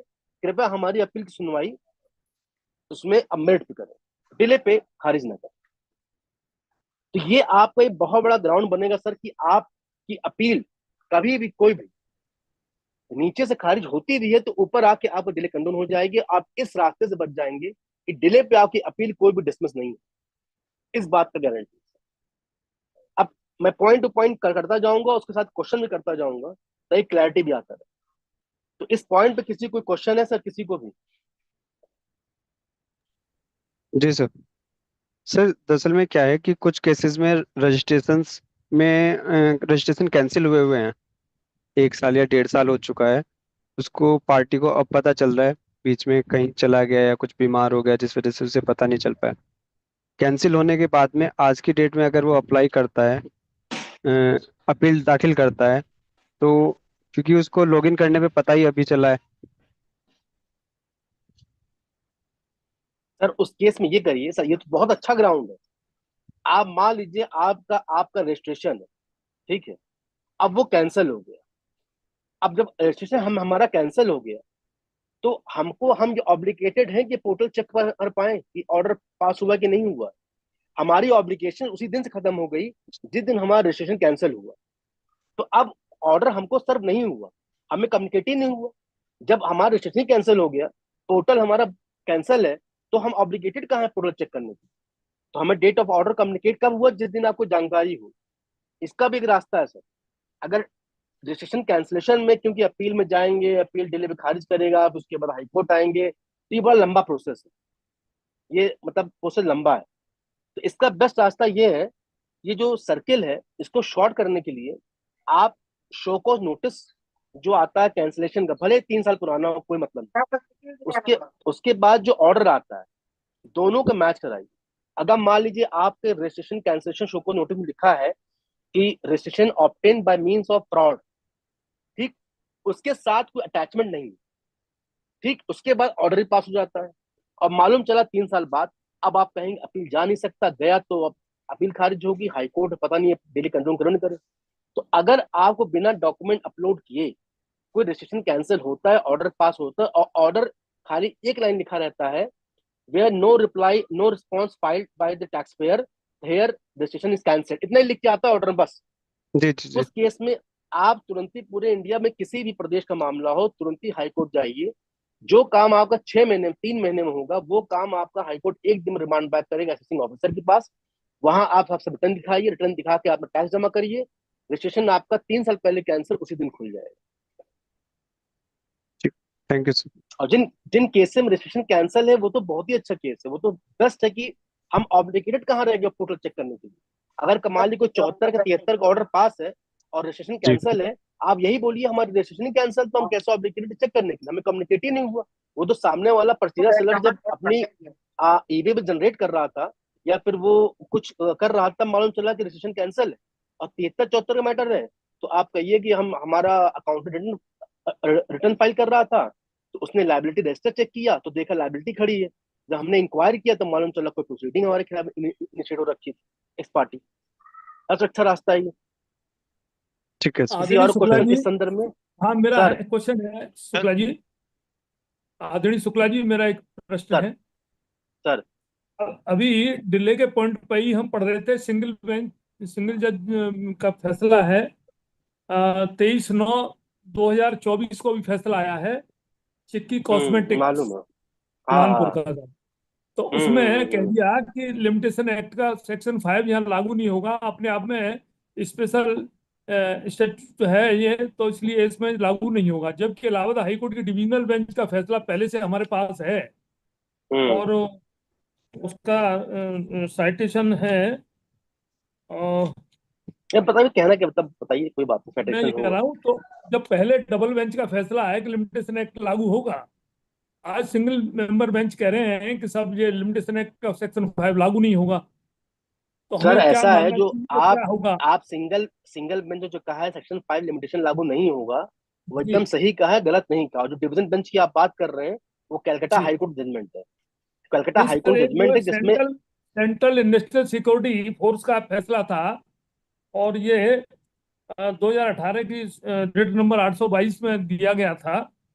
उसमें मान लिया था कि ये डिले कानून की जा सकती है। सर डिले सेक्शन 5 एप्लीकेबल होगा ही नहीं, ये बात बिल्कुल सही है, लीगली सही है। भाई सिंह इंटरप्राइजेस एक केस था, सिंह इंटरप्राइजेस लैंडमार्क जजमेंट है सेंट्रल एक्साइज का, सुप्रीम कोर्ट ने होल्ड कर दिया है। जी स्पेशल स्टैच्यूट है इसमें, लिमिटेशन एक्ट एक अलग स्टैच्यूट है, वो भी स्पेशल तो जी जब जी एक खुद ही स्पेशल स्पेशल स्टैच्यूट है, उसका खुद का प्रोविजन है, खुद का सेक्शन, खुद का रूल है, खुद का सब कुछ है, तो how can limitation act will apply on GST? वो जजमेंट गलत नहीं है। तो यहाँ मैं इसीलिए आप लोग को एक बाईपास बता रहा हूँ कि सेक्शन 5 का चक्कर ही छोड़ दीजिए, क्योंकि जी आज डेट में जीएसटी में mayor uploading on the portal, वो किसी और तरीके से ऑर्डर कम्युनिकेट नहीं कर रहे, तो किसी मेरा तरीके से कहना तो कम्युनिकेट नहीं कर रहे। साहब, मेरा कहना तो ये था कि हम किसको माने। कलकत्ता हाईकोर्ट की जैसे बात आ रही थी तो उसमें तो ये कह दिया कि इसमें काले खाए के साथ लिमिटेशन एक्ट सेक्शन 5 लागू नहीं होगा। सर कलकत्ता हाईकोर्ट जजमेंट भी जो है ना, वो भी पिट जाए, तो फिर इन्होंने सिंगल बेंच ने होल्ड कर दिया उसको इंटरटेन करके, और जो कलकत्ता हाईकोर्ट जजमेंट था उसके बाद एक जजमेंट और आया, उसी कंसिडर करते हुए उसको उन्होंने टर्न डाउन कर दिया है, क्योंकि सिंह इंटरप्राइजेस के ऊपर तो कोई है नहीं, और सिंह इंटरप्राइजेस सुप्रीम कोर्ट का है। जब तक सिंह इंटरप्राइजेस नहीं बदलेगा तब तक पूरे इंडिया कोई हाई कोर्ट नहीं बदल सकता है। जी आप देखेंगे कि जितने लिमिटेशन खारिज हुए हैं सब कोर्ट करते हैं सिंह सिंह इंटरप्राइजेस। जी तो जी जब तक सिंह इंटरप्राइजेस नहीं बदलेगा तब तक कुछ नहीं बदलेगा। जी जी इसीलिए सबसे इजी रास्ता सर यही है, आप डेट ऑफ कम्युनिकेशन एक महीना पहले बताइए, खारिज तो होना है वो बात है, लेकिन एटलीस्ट आप बचेंगे हाईकोर्ट आकर या ट्रिब्यूनल जाकर। ठीक है sir, thank you sir. Sir और कोई सर? इसमें सर मेरी एक क्वेरी ये थी, जो आप कह रहे हैं कि लिमिटेशन एक्ट नहीं लगेगा, रजिस्ट्रेशन हमारा 3 साल पहले कैंसिल हो गया, तो 3 साल के सर पीरियड में 3 साल के पीरियड में हमने आज तक कोई रिटर्न भी नहीं फाइल किया, हमारा रिटर्न गया नहीं, तो हम ये हम कैसे कह सकते हैं कि हमारी नोटिस में नहीं था कि रजिस्ट्रेशन हमारा कैंसिल? क्या चीज समझ नहीं आया आप मुझे। हेलो, हाँ आवाज चली गई जी सर सर, आपकी। हम्म मैं कह रहा हूँ, हम ये कैसे कह सकते हैं कि हमारी नोटिस में नहीं था, जबकि 3 साल का पीरियड बीच पर रजिस्ट्रेशन कैंसिल हुए, हमने आज तक आज तक जो है हमको कुछ मतलब हमने कोई रिटर्न नहीं फाइल किया, इसका मतलब हम्म क्या हुआ सर? तो हम भाई ये बात रिटर्न नहीं कैसे कह फाइल, सकते हैं, रिटर्न देखिए, रिटर्न कैसे कह रिटर्न सकते ना फाइल, देखिए आप एक व्यापारी हैं, समझिए बात को, ठीक है? आप कोई बिजनेस कर रहे हैं, आपकी आपकी दुनिया चल रही है, जब तक हैं? आपके खिलाफ कोई नोटिस, कोई चस्पा या कुर्की की नोटिस नहीं आएगी, तो आप क्या उस अपनी तरफ मोड़ेंगे? आप अपना बिजनेस करते जाएंगे, आप कहाँ मालूम चलेगा? भाई समस्या तब सर आती है रिटर्न जब कोई रास्ता, मेरी बात सुनिए, जब कोई हिंड्रेंस क्रिएट होती है आपके बिजनेस में, तब आप सोचते हैं ये काम मेरा हो क्यों नहीं रहा है, तब आप तहकीकात करते हैं, तब मालूम चलता है कि अच्छा ऐसा हुआ इसलिए मेरा काम अटक गया। तो रजिस्ट्रेशन कैंसिलेशन वाले मैटर में मैंने आपको 3 साल डिले ऐसे बताया कि आपको जानकारी नहीं थी कि कोई भी ऑर्डर पास हुआ, क्योंकि कोई ऑर्डर सर्वे नहीं हुआ। अब रिटर्न फाइल करना ना करना, कोर्ट इतना उसमें नहीं जाती, रिटर्न आप फाइल नहीं कर रहे थे उस पर भाई एक्ट कहता है from date of the communication, तो मैं वर्ड पे अटका हूं कम्युनिकेशन के, कि कम्युनिकेट कब हुआ। पोर्टल अपलोड करना सर्व होता है, कम्युनिकेट करना नहीं होता। कम्युनिकेट मतलब होता है जिस दिन से आपको जानकारी हुई। आप समझिए बात को, आपका जब सेलर व्यापारी या परचेजर व्यापारी ई वे बिल जनरेट करने लगा, तो ई वे बिल अगर रजिस्ट्रेशन कैंसिल हो, ई वे बिल जनरेट तो होगा नहीं, ये बात तो सही है। उस समय आपको जानकारी हुई कि ई वे बिल जनरेट नहीं हो रहा, उसने कॉल किया, तब मालूम चला कि आपका रजिस्ट्रेशन कैंसिल हो रखा है। तो उसी वक्त आपने तहकीकात किया तो मालूम चला 3 साल पहले कोई ऑर्डर पास हुआ जो कि आज तक आपको सर्वे नहीं हुआ, और जब आपका रजिस्ट्रेशन ही कैंसिल हो गया, तो आप क्या पोर्टल चेक करने का ऑब्लिगेशन आपके ऊपर है? मुझे ये बताइए। सर ये बताइए, अगर मैंने ई वे बिल बनाना है, रजिस्ट्रेशन कैंसिल हो गया है, मैं ई वे बिल नहीं बना सकता, उस समय हम कोई कम्युनिकेशन कर नहीं सकता, माल बेच नहीं सकता, तो ये हम कैसे मतलब खाली एक्ट की इस बात पे कि जो है साहब कम्युनिकेट नहीं हुआ, हमको 3 साल पता नहीं। तो आपने कोई बिजनेस बीच में नहीं किया, सीधी सी बात है। आपने कोई बात कह रहा है, कोई कहने आ रहा है कि आपने बिजनेस किया, ईबीबील जनरेट किया है? अगर आपने ईबीबील जनरेट किया कैंसिलेशन के बावजूद, तब तो आपने फ्रॉड किया। जब आपने कोई ईबीबील जनरेट ही नहीं किया 3 साल तक, उससे रिलेटेड आपने वो कोई बिजनेस किया ही नहीं। सर जनरेट ही नहीं होगा, हम क्या करेंगे?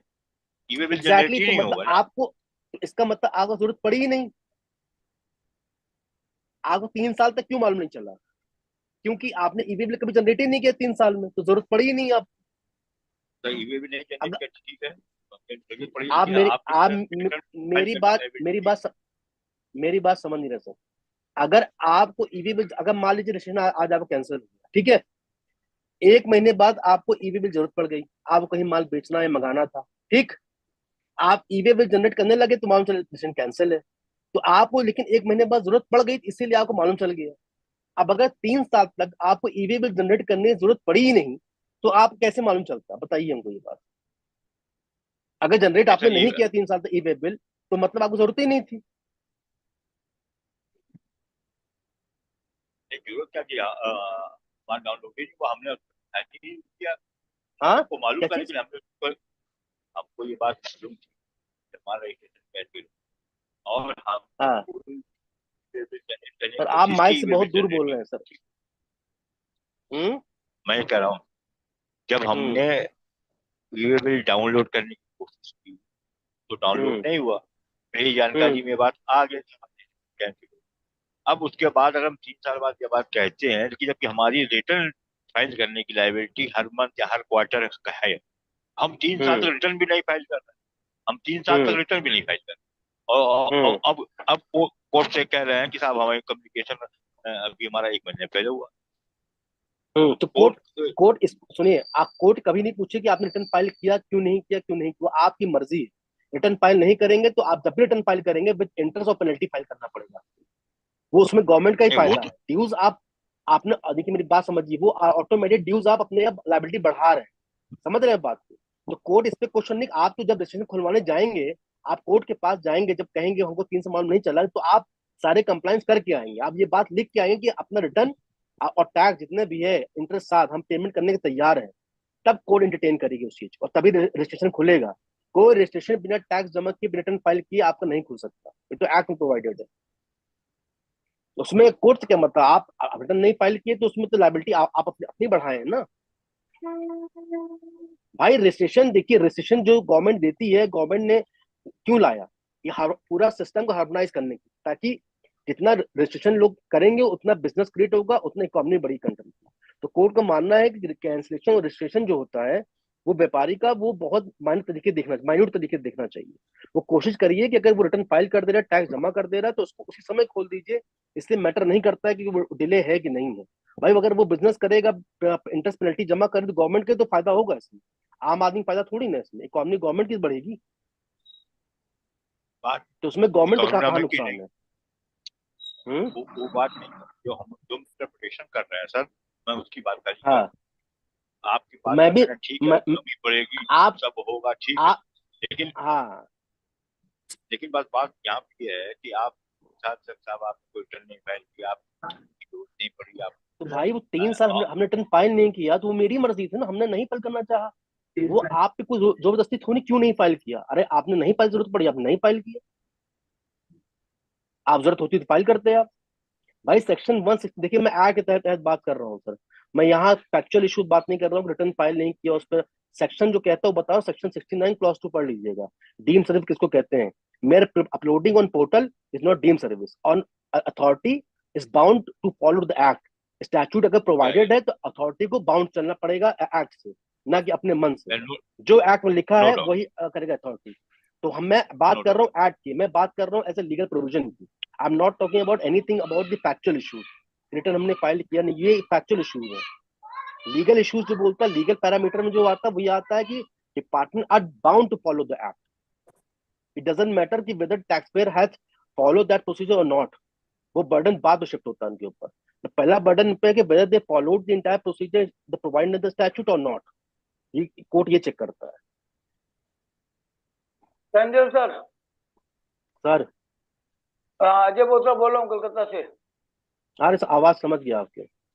अच्छा, मेरा प्रश्न है कि मैंने अभी 8 साल से व्यापार किया है, रिटर्न अप टू डेट है, सब कुछ अप टू डेट है, लेकिन वे बिल की मेरे को जरूरत नहीं पड़ी काम की। तो भविष्य में अगर मैं वे बिल लेने जाऊं तो मेरे लिए कोई प्रॉब्लम क्रिएट तो नहीं होगी डिपार्टमेंट से? क्या मतलब?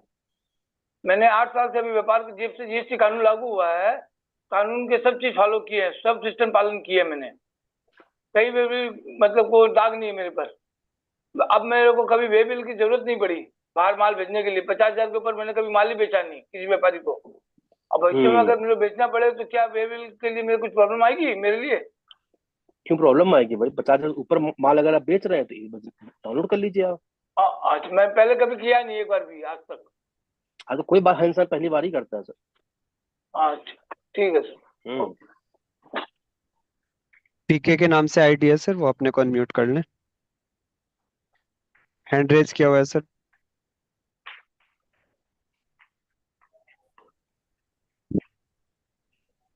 हाँ सर, मेरा क्वेश्चन ये है कि सर एक ऑर्डर जो नमस्कार। है DRC 07 4 महीने पहले हुआ, और उसका जो है कम्युनिकेशन, मतलब उसको चस्पा 1.5 महीने पहले हुआ। चस्पा हुआ? तो चस्पा कहाँ हुआ? मतलब व्यापारी के पास तामील हुआ पोर्टल 1.5 अपलोड महीने हुआ पहले, ना? उन्होंने मैनुअली भेजा 1.5 महीने पहले, अच्छा, मैनुअली भेजा, ठीक है। और ऑर्डर हो चुका 4 महीने पहले पोर्टल पे। तो अब हमें जैसे अपील करना है तो अपील तो वहां से ऑप्शन बंद हो जाता है। अब कैसे अपील की जाए उसकी? आप एक मैनुअल अपील करिए। तो हाईकोर्ट ने भी कहा है कि अगर पोर्टल में किसी से पोर्टल नहीं लेता तो मैनुअल फाइल कर दीजिए। आप बोलिए कि हमको ये लेटर है, आपके पास आया होगा, रिसीविंग तो आपने लिया होगा ना जब आपने ऑर्डर रिसीव किया होगा मैनुअल, जी तो उसमें आपने रिसीविंग मारा होगा, इस दिन जी रिसीव हुआ है। और जी उनमें जब मैनुअल ऑर्डर आता है, कोई भी चिट्ठी आती है डिपार्टमेंट की तरफ से, तो स्पीड पोस्ट की रिसिप्ट चिपकी रहती है उसमें, उसके ऊपर जी। है ना, रजिस्ट्री की या स्पीड पोस्ट की। और ट्रैकिंग दिखाइए कि हमें ऑर्डर कम्युनिकेट हुआ, इस डेट पे हुआ, वो विद इन लिमिटेशन है। नहीं सर, वो क्या है, वो उसके जो चपरासी रहते हैं ना, वो जो उनके उसके थ्रू भेजा है उन्होंने। उनके थ्रू भेजा है? हम्म।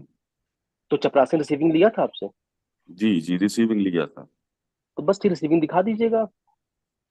और सर ऐसा ही एक रजिस्ट्रेशन में है कि 1.5 साल पहले रजिस्ट्रेशन कैंसिल हो गया था।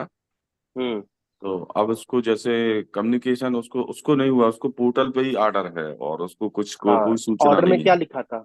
ऑर्डर में क्या लिखा था आपके? रिटर्न डिफॉल्टर 46 का एक, नोटिस आया था पहले। नहीं नहीं, उसके उसमें बाद ऑर्डर जो पास हुआ है, तो ऑर्डर नो रिस्पॉन्स लिख के ऑर्डर पास हुआ है कुछ में, और उसमें ग्राउंड लिखा हुआ है कुछ में?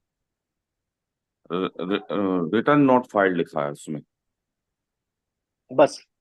बस। हाँ। हाँ बस यही लिखा और है। और उसमें रिप्लाई भी नहीं फाइल किया था आपने? नहीं, रिप्लाई नहीं किया था। तो आप मुझे एक बार ऑर्डर वाला जो ऑर्डर पास हुआ है ना, वो मुझे व्हाट्सएप करिएगा। तो अगर मैं देख बताऊंगा, अगर सीधा रास्ता निकलेगा तो सीधे यहीं से हो जाएगा रिमांड का आपका। अदरवाइज आप फिर डेट और कम्युनिकेशन बताइए, 1 महीना पहले बताइएगा, अपील फाइल कर दीजिएगा। जी सर। और मुझे सर ऑर्डर एक बार एक व्हाट्सएप करेंगे तो मैं आपको क्लैरिटी दे दूंगा, शॉर्टकट जाना है कि लॉन्ग कट जाना जी सर, एक और नोटिफिकेशन आया है इसके अलावा, जो 16/4 में जो ITC हमने है। सितंबर के बाद ली है। वो तो 31 उसमें दिसंबर 30 नवंबर 2021 तक कर दिया है उसने ना? जी जी जी जी। तो हम्म उसमें एक केस है सर 2021 का। हम्म उसमें इस नोटिफिकेशन का फायदा मिल सकता है क्या? बिल्कुल बिल्कुल मिलेगा। 7 उन्नीस इशू हो बीस गया है ना की आपका? 19-20 की जो ITC थी, वो हाँ हमने 21-22 में ली है। हाँ। तो 19-20 में डिमांड खड़ी है उसमें। तो आप रिटर्न जो फाइल किए थे वो 30 नवंबर 2021 से पहले फाइल कर दिए थे? 30 नवंबर 2021 से पहले शायद नहीं किए थे, बाद में किए। 30 नवंबर 2021 तक ही है वो। अच्छा। हम्म तीनों सालों का है, 17 18 18 19 19 20। तो 30 नवंबर 2021 की बात किया है आपने? जी। नहीं ये ठीक, ये हाँ। ये जो नोटिफिकेशन है ये 4 साल के लिए है, 17 18 18 19 19 20 20 21। हम्म इसमें ये लिखा था 30 नवंबर 2021 तक रिटर्न अगर फाइल कर दिया आपने तो आप आईटीसी अवेल कर सकते हैं 16 के तहत। अगर उसके बाद किया तो आप अवेल नहीं कर सकते। तो सर ये किस किस सालों के लिए, किस किस ईयर्स के लिए ये? ये सारे ईयर के लिए, बट जो डेट डेडलाइन है वो 30 नवंबर 2021 तक ही है। तो सर 21-22 के लिए ये कैसे लागू होगा? 21-22 की तो रिटर्न ही बाद में फाइल करना है। तो 21 22 पे कहाँ लागू हो रहा है वो? हाँ 20-21 तक ही होगा ना ये तो। बात बात बट ऑब्वियस 30 नवंबर से पहले पहले जो है वही लागू होगा, उसके बाद कहाँ लागू हो पाएगा? ठीक है सर, ओके सर, आपका थैंक 21 22 से केस है? यू। नहीं, मेरा 19-20 का केस है, लेकिन 30 नवंबर 2021 के बाद रिटर्न फाइल की है। अच्छा अच्छा, नहीं तो वहां इसका 16 इस नोटिफिकेशन का लाभ आपको। ऑफिस से डायरेक्ट डिलीवरी हो सकता है लेटर पार्टी को, जो सर बता रहे हैं डिपार्टमेंट का आया है चपरासी, वो रिसीव करा के ले गया है, हाँ, ये मान्यता क्यों है? नहीं ले सकता, क्यों नहीं है। देखिए ऐसा है सर, सब हम लोग लॉयर, केस को घुमाने के लिए 50 कॉम्प्लिकेशन मैनिपुलेट करना हमारा काम है। अगर हमको मैनुअली सर्व कर देगा और तब भी डिले हो गया तो हम कह 142 से चले जाएंगे, रूल 142, रूल 100, कहेंगे कि नहीं नहीं पोर्टल अपलोड करना मैंडेटरी है। लेकिन वैलिड है, सर्व कर सकता है, 169 में लिखा हुआ है साफ साफ, डीम सर्विस मानी जाती है। और कुछ सर? ठीक है सर, आगे बढ़ते हैं सर। तो अब डिले वाले पार्ट पे किसी को क्वेश्चन नहीं है जी। ना, ठीक है। तो अब हम आएंगे सेक्शन 73 पे, कि गुवाहाटी हाईकोर्ट नया जजमेंट आया है जिसमें ये कहा कि ये जो एक्सटेंशन ऑफ टाइम था, लिमिटेशन ऑफ टाइम जो एक्सटेंड किया गया प्रोसीडिंग के लिए 73/10 को, उसको गुवाहाटी हाईकोर्ट ने उस नोटिफिकेशन को पूरा का पूरा क्वाश कर दिया। कह दिया कि ये नोटिफिकेशन अल्ट्रा वाइज है, बिकॉज दो notification has been passed without recommendation. क्योंकि जो 56/2023 जो था नोटिफिकेशन, उसमें ये लिखा था with the recommendation of the GST council.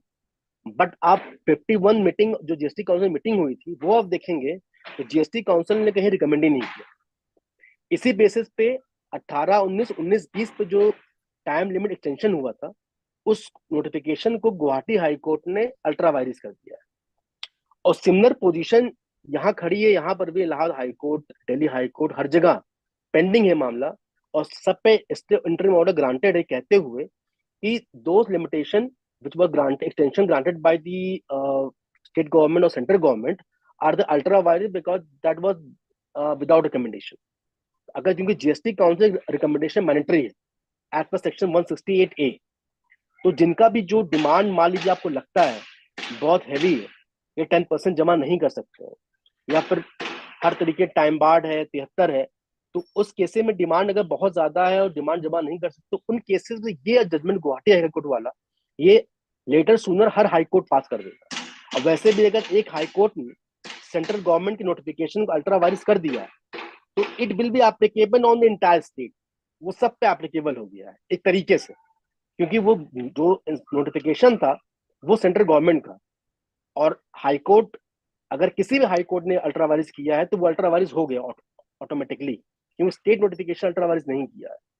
तो उस केसेस में जहां जहां आपको लगता है तो उसमें आप एक लेटर बना के दीजिए डिपार्टमेंट को with quoting the judgement of Guwahati high court, कि अभी रिसेंटली गुवाहाटी हाई कोर्ट ने इस पूरे नोटिफिकेशन को अल्ट्रा वायरस कर दिया है, तो एक तरीके से हमारी पूरी प्रोसीडिंग खत्म हो, ड्रॉप कर गई, क्योंकि जब वो अल्ट्रा वायरस हो गया तो टाइम लिमिट था ही नहीं, तो जितनी प्रोसीडिंग आपको सबके 18, 19, 19, 20 में थी वो सब टाइम बार्ड। सर मैं 17, 18 की बात नहीं कर रहा हूँ, सब 18, 19, 19, 20 की बात कर रहा हूँ, सब के सब टाइम बार्ड है। ठीक है, पहला ये। दूसरा 73, 74 में बताने जा रहा हूँ कि 73, 74 में आज मुझे ये बहुत पढ़ने पे हाई कोर्ट में कई बार केसेस फाइल करने ये रियलाइज हुआ कि सेक्शन 75 का बहुत बड़ा रूल है, बहुत बड़ा रूल है सर। तो आप लोग के पास जब नोटिस आती है सेक्शन 73 और 74 में, आप लोग पहला काम करिए कि आप सेक्शन 75 जरूर देखिए और एक एक क्लॉज को उठा के देखिए कि क्या इस क्लॉज को डिपार्टमेंट ने फुलफिल किया है कि नहीं किया है, और उसके हिसाब से फिर अपना रिप्लाई बनाइए, क्योंकि रिप्लाई जो आपका बनेगा वो बेस होता है, उसी के बेसिस पे ग्राउंड अपील बनता है।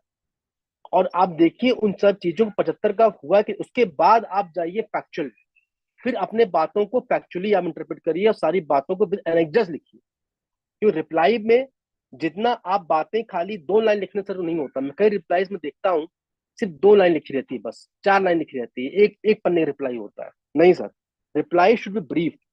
और जब भी रिप्लाई फाइल करिए और आपके नोटिस में date of time of personal hearing जो लिखा रहता है, अगर वो एनए है तो मतलब अपॉर्चुनिटी ऑफ हियरिंग आपको नहीं दिया है। अगर डेट ऑफ फाइलिंग रिप्लाई और date of opportunity hearing same है सर, वो भी वायलेशन है आर्टिकल 14 का, because date of reply, filing reply और date of opportunity hearing can not be same. पहले डेट ऑफ रिप्लाई होगा, फिर डेट ऑफ पर्सनल हियरिंग होगा, क्योंकि आप रिप्लाई फाइल करेंगे तभी तो पर्सनल हियरिंग में जाकर अपनी चीजें एक्सप्लेन करेंगे, नहीं तो कैसे एक्सप्लेन कर पाएंगे। तो अगर सेम डेट पे डेट ऑफ रिप्लाई और डेट ऑफ पर्सनल हियरिंग है तो वो भी नेशनल जस्टिस का वायलेशन है। और सबसे इंपॉर्टेंट, इस बात से हो सकता है बहुत सहमत न करें, लेकिन हाईकोर्ट सहमत है मेरी इस बात से, कि मान लीजिए आपकी डेट ऑफ पर्सनल हियरिंग की डेट जो है वो 8 अक्टूबर 2024 है, लेकिन 99.9 केसेस, 100% केसेस में जो ऑर्डर पास होता है सर वो 3 महीना बाद पास होता है। वो भी एक तरह से वायलेशन है एक्ट का, प्रोविजन का, आर्टिकल 14 का, नेशनल जस्टिस का, because order has to pass on the date of the personal hearing. इसके लिए मैं एग्जांपल कोट करूंगा आपको। मान लीजिए आप आज गए और हाईकोर्ट ने कोई मुकदमा बहस किया, हाईकोर्ट ने आपकी बहस सुनी, हाईकोर्ट बहस सुनने के बाद या डिस्ट्रिक्ट कोर्ट बहस सुनने के बाद आपका ऑर्डर उसी दिन पास करता है, भले वो रिजर्व कर ले, लेकिन जो ऑर्डर पास होने की डेट होगी वो आज की होगी, 8 अक्टूबर 2024 की होगी। वो डेट अगर रिजर्व कर लिया तो डिलीवरी डेट हो सकता है 3 महीने बाद की होगी, बट आप जजमेंट डेट देखेंगे, ऑर्डर डेट देखेंगे, वो उसी दिन की होगी जिस दिन हेयरिंग होती है। तो इसीलिए अगर एडजुडिकेशन लेवल पे कहीं भी आपका मामला फंस रहा हो या कुछ आपको लग रहा हो कि डिमांड ज्यादा है, हम कैसे इससे बचें, या डिले हो गया है, तो आप सीधा पॉइंट उठाइए नेशनल जस्टिस का। आप यही सारे पॉइंट लिखिए कि हमको पर्सनल हियरिंग नहीं दिया गया और ऑर्डर फिर जुडिस माइंड है, क्योंकि और हमारी हियरिंग के बाद ऑर्डर पास हुआ। तो अगर आपकी हियरिंग के बाद फिर अधिकारी ऑर्डर डेट पास करता 3 महीने के बाद, इसका मतलब देयर इज चांसेस कि he will take contrary view of your reply, तो वो व्यू बदल सकता है। इसीलिए कहा जाता है कि जिस दिन हियरिंग की डेट हो उसी दिन ऑर्डर पास करें। फिर इसके बाद ये भी बहुत जरूरी है कि अगर आपने एडजमेंट सीक किया है तो it is a mandatory part on the department to adjourn the matter 3 time, 3 time he has to adjourn the matter. अगर आपने एप्लीकेशन मूव किया है वो 3 बार आपको नोटिस इशू करेगा विद रीजन, हाँ मैं एडजमेंट एप्लीकेशन आपकी अलाउ करता हूँ और ये फला फला डेट है। अगर आपने एडजमेंट एप्लीकेशन फाइल किया है उसके बाद आपके पास कोई नोटिस नहीं है, एडजमेंट की कोई नोटिस नहीं आई और ऑर्डर पास हुआ 3 महीने बाद, 2 महीने बाद, वो भी गलत है सर, क्योंकि 75(4) कहता है कि before passing any adverse order has to give the person hearing opportunity. अगर कोई भी वो एडवर्स डिसीजन आप खिलाफ ड्रॉ करेंगे तो उनको पर्सनल हियरिंग अपॉर्चुनिटी आपको देना पड़ेगा, क्योंकि आपकी एडजमेंट एप्लीकेशन भी, अब वो डिपार्टमेंट ये भी कह सकता है कि हमने तो ऑर्डर 3 महीने बाद पास किया, एडजमेंट आपने सीख किया था, बीच बीच में रिप्लाई फाइल कर देते। तो हमें कैसे मालूम चलता है कि हमारी एडजमेंट एप्लीकेशन अलाउ हुई कि डेट, हमें कोई फ्रेश डेट ही नहीं मिली पर्सनल हियरिंग, कुछ हुआ ही नहीं, हम कैसे करते? तो इसीलिए इन सब चीजों का आपको विशेष ध्यान देना पड़ेगा। इन सब चीजों पे आप एकदम पॉइंट हिट करिए कि 75 का पूरा कंप्लायंस हुआ कि नहीं हुआ। अब सबसे बड़ी बात, आज की जो प्रोसीडिंग हो रही है वो हो रही है 16 डे पे। आज आपने किसी से माल खरीदा, बाद में वो फर्म बोगस निकल गई। अब 2019 में आपने कोई ट्रांजेक्शन किया था, 2023 में सर्वे हुआ, सर्वे होने के बाद आपके यहाँ हुआ तो आपने कहा भाई ये टैक्स इनवाइस है, ये ई वे बिल है, ये जीआर है और रिटर्न बैंक स्टेटमेंट है। तो हमने जब ट्रांजेक्शन किया था तब तो दोनों पार्टी एग्जिस्ट थी और ट्रांजेक्शन में बोनाफाइड थी, असल रिटर्न फाइल किया। अगर सब्सिक्वेंट डेट पे कोई अगर बोगस निकल जाए उसमें हमारी गलती क्या है? इसमें अभी फिलहाल इलाहाबाद हाईकोर्ट का व्यू थोड़ा अलग है, लेकिन अगर मैं इलाहाबाद हाईकोर्ट व्यू की और सुप्रीम कोर्ट जजमेंट पे फॉलो कर रहा है इलाहाबाद हाईकोर्ट, वो इकॉम गिल, उसी के बेसिस पे आजकल सारे अपने अथॉरिटी पे ऑर्डर पास कर रहे हैं। इवन इलाहाबाद हाईकोर्ट ने भी एडवर्स व्यू लिया हुआ है। लेकिन अगर आप सर इकॉम गिल भी देखेंगे, आप कुछ देखेंगे आप, तो ये बात बहुत जरूरी है कि हम बाउंड है जो स्टैट्यूट प्रोवाइडेड है, मीनिंग 16(2) सेक्शन 36 जो प्रोवाइडेड है आईटीसी क्लेम करने के लिए, हम उसको फॉलो करेंगे कि जजमेंट जो सुप्रीम कोर्ट का फॉलो हुआ इकॉम गिल जो कि बैट रेजिम का था, कि हम उसको फॉलो करेंगे। We are bound to the statute, not the judgement of the supreme court Ecom Gill, वो एक पर्टिकुलर केस का जजमेंट था, पर्टिकुलर एक्ट का जजमेंट था, न कि इस सारे वो प्रेसिडेंट जजमेंट ना कि नजीर बन गई। तो ये चीजें बहुत ध्यान देना है आपको कि आपके पास जब भी ऐसा कुछ आए तो पहला आजकल एक लाइन पकड़ लिया डिपार्टमेंट ने, हाईकोर्ट जजमेंट के बाद, सुप्रीम जजमेंट के बाद, मूवमेंट ऑफ गुड्स। वो कहते हैं मूवमेंट ऑफ गुड्स प्रूव करिए। अब मूवमेंट ऑफ गुड्स के लिए जीएसटी एक्ट में क्या दिया है, ई वे बिल दिया है। अगर हम ई वे बिल जनरेट कर रहे हैं, गाड़ी यहां से वहां पहुंच गई, पेमेंट बैंक ट्रांसफर से हुआ है, बी टू बी में शो कर रहा है, जीएसटीआर 1 फाइल कर दिया, 2A में रिफ्लेक्ट कर रहा है, उसके बाद आईटीसी हमने क्लेम किया है, जीआर है, 3B है, 9 है, इवन जब पोर्टल चेक करो तो सामने वाली पार्टी के on that time return was filed, return वो फाइल हो रखा दोनों पार्टी। इसके बियॉन्ड हम अपनी बोनाफाइडी कैसे प्रूव कर सकते हैं? तो सर आप सभी से रिक्वेस्ट है कि आप कभी भी अपील फाइल करिए या फिर डिपार्टमेंट सामने 73-74 में रिप्लाई फाइल करिए। तो e way bill, GR, freight receipt, weighment receipt और बैंक स्टेटमेंट, रिटर्न, ये सब लगाइए, सब कुछ लगाइए। अगर वो कहेंगे कि नहीं आप टोल प्लाजा रिसिप्ट लाइए, आप ये बोलिए कि पूरे एक्ट में कहीं ये नहीं लिखा है we have to produce the toll plaza receipt. भाई बहुत से बार होता है कि टोल हम लोग काट के निकलते हैं। और अधिकारी से पूछिए, क्या वो 2019 में कानपुर से इलाहाबाद आए थे तो कानपुर से इलाहाबाद के फास्टैग रिसिप्ट रखे हैं? वो क्या वो प्रूफ कर पाएंगे कि वो यहाँ से वहां आए थे? ये बिल्कुल भी सर प्रैक्टिकल नहीं, इम्प्रैक्टिकल चीज है। तो इसीलिए आप लोग जब भी करिए तो ये सारे डॉक्यूमेंट जो मैंने आपको बताए हैं, ये डॉक्यूमेंट जरूर रखिए आप, क्यों यही बेस है, इसी के बेसिस पे सब एडवर्स व्यू इस समय ले रहे हैं। तो इससे ये अगर डॉक्यूमेंट आपके साथ रहेंगे तो आप केस 90% स्ट्रांग हो जाएगा, बाकी 10% ऊपर वाला है सर। आप इस 2 पॉइंट जो बताएं, इस पे किसी को कोई क्वेश्चन हो बताए सर। सर मुझे कुछ कहना है इसको कि जो आपने आईटीसी उसका आईटीसी क्लेम का बताया है कि फर्म बोगस है, और जब हमने उससे परचेज की तब वो एग्जिस्ट करती थी, बाद में उसका सर्वे हुआ वो नॉन एग्जिस्टिंग मिली, तो कुछ भी हो सकता है मतलब। तो ऐसे केसेस में जो भी हम अपील कर रहे हैं, तो फर्स्ट अपील अथॉरिटी से हमें कोई जो है मतलब पॉजिटिविटी नहीं मिल रही है, नेगेटिविटी ज्यादा मिल रही है।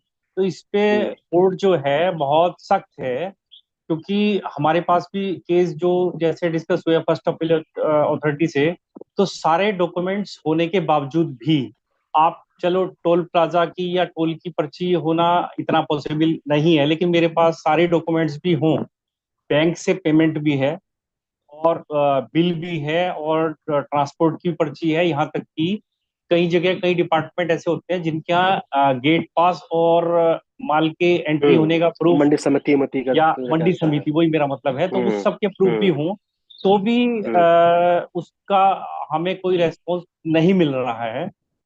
तो अब मैं नहीं जान सकता कि ऐसा क्यों हो रहा है। और कुछ ये जो हो रहा है नेगेटिव कि मतलब जो जजमेंट्स हैं पॉजिटिव से ज्यादा नेगेटिव हो रहे हैं, कि कुछ हाई कोर्ट के डिसीजंस का भी सहारा लिया जा रहा है कि हाई कोर्ट का भी है, खिलाफ भी हुआ है। हाँ, तो वो भी सहारा लिया जा रहा है। इसमें हमें बहुत ही प्रॉब्लम का सामना करना पड़ रहा है और पड़ेगा आगे यदि इसमें कुछ ना हुआ, क्योंकि वो हमें हाई कोर्ट का ही वो सब हाई कोर्ट का ही केस कोर्ट कर रहे हैं हमारे केस में भी, कि इसमें ये हुआ, इसमें ये हुआ। हमारे डॉक्यूमेंट्स जो है वो कोई वैल्यू नहीं रख रहे हैं।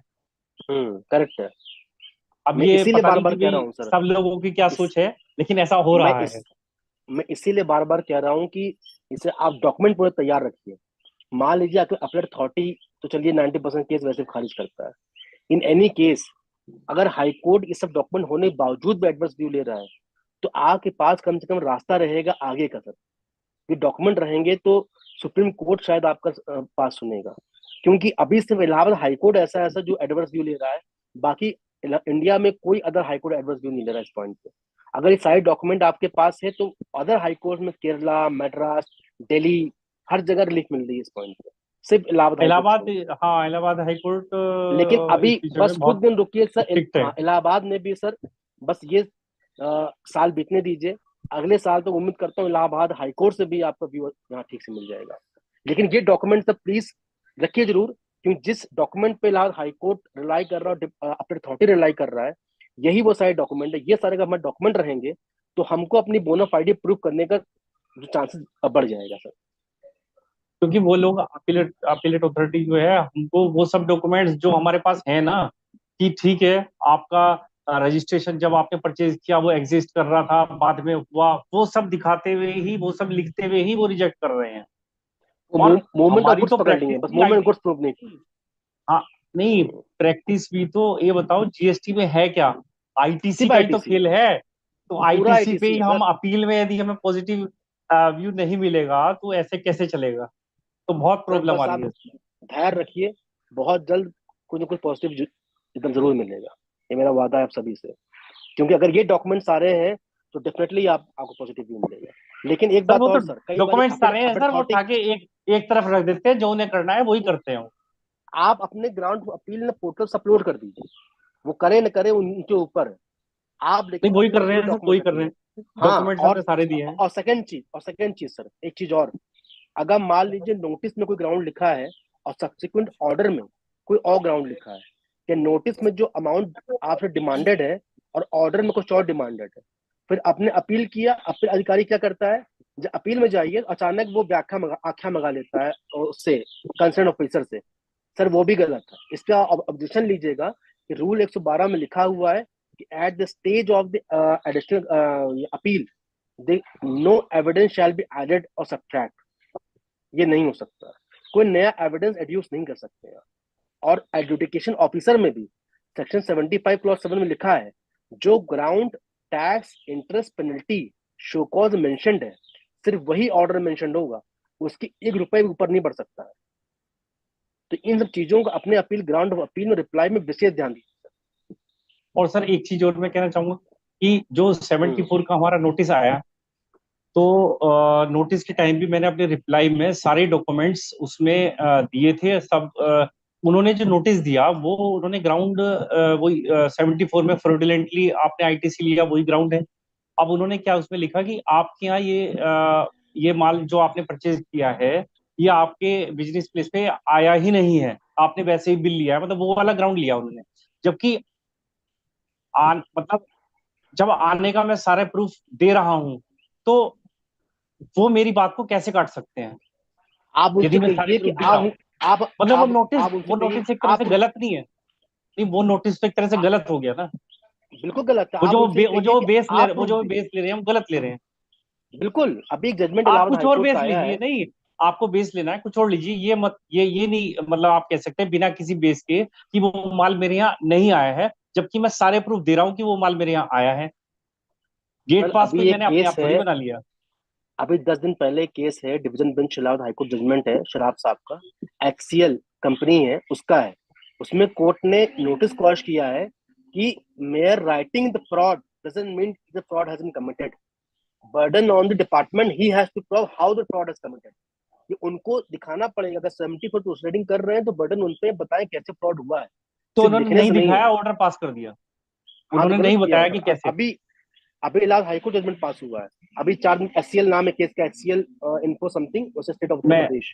स्टडी करता हूँ सर, इलाहाबाद हाई उसको कोर्ट का। पढ़िएगा जजमेंट आप, इलाहाबाद हाईकोर्ट का शराब साहब जजमेंट है, बहुत से अच्छा जजमेंट। उस ठीक है sir, thank you sir. Rakesh sir शायद कुछ जजमेंट आपका कुछ वो है, क्वेश्चन है शायद। आदरणीय शुक्ला जी, हम्म। गुवाहाटी हाईकोर्ट के जजमेंट के बारे में चर्चा करके आपने बहुत इम्पोर्टेंट बात हमारे सामने रखी, और बड़ी भारी जिज्ञासा थी इन दोनों जजमेंट के चलते हुए कि इलाहाबाद हाईकोर्ट ने डबल डिविजनल बेंच का फैसला है वो, और वहाँ मैंने जितना अल्प ज्ञान के हिसाब से कई जगह लिखा पढ़ा देखा कि ये नोटिफिकेशंस का मॉडिफिकेशन है क्या है। दूसरा, क्या इलाहाबाद हाई कोर्ट ने इस पर चर्चा नहीं की कि रिकमेंडेशन नहीं है सर जीएसटी काउंसिल? सर पूरा क्वेश्चन, बिल्कुल। प्लीज प्लीज पूरा अच्छा क्वेश्चन हो जाने दीजिए। तो इलाहाबाद हाई कोर्ट में जिज्ञासा है सर मेरी, तो इसलिए मैं ये सब चीज छोटी छोटी रख रहा हूँ, तो हम अपने स्तर पर इन चीजों के बारे में नहीं जानते। क्योंकि इलाहाबाद हम अभी तक तो ये मानते आए कि डिविजनल बेंच का फैसला है, और माइन्यूटली देखें तो ऑनरेबल इलाहाबाद हाई कोर्ट ने हर बिंदु पे, यहाँ जहाँ तक रिकमेंडेशंस की बात कही है, तो कई एक स्टेप्स हैं, वहाँ लॉ कमेटी की बात आती है, या क्या ये फ्रेश नोटिफिकेशन है या एक्सटेंशन ऑफ या मॉडिफिकेशन ऑफ नोटिफिकेशन है, या गुवाहाटी हाईकोर्ट का जो सिंगल बेंच का फैसला है क्या वो अभी सब जुडिस है या फाइनल हो गया है। ये सब चीजों के बारे में थोड़ा और विस्तार से जानकारी दें तो हमें बहुत ज्ञानवर्धन कराएंगे सर आप।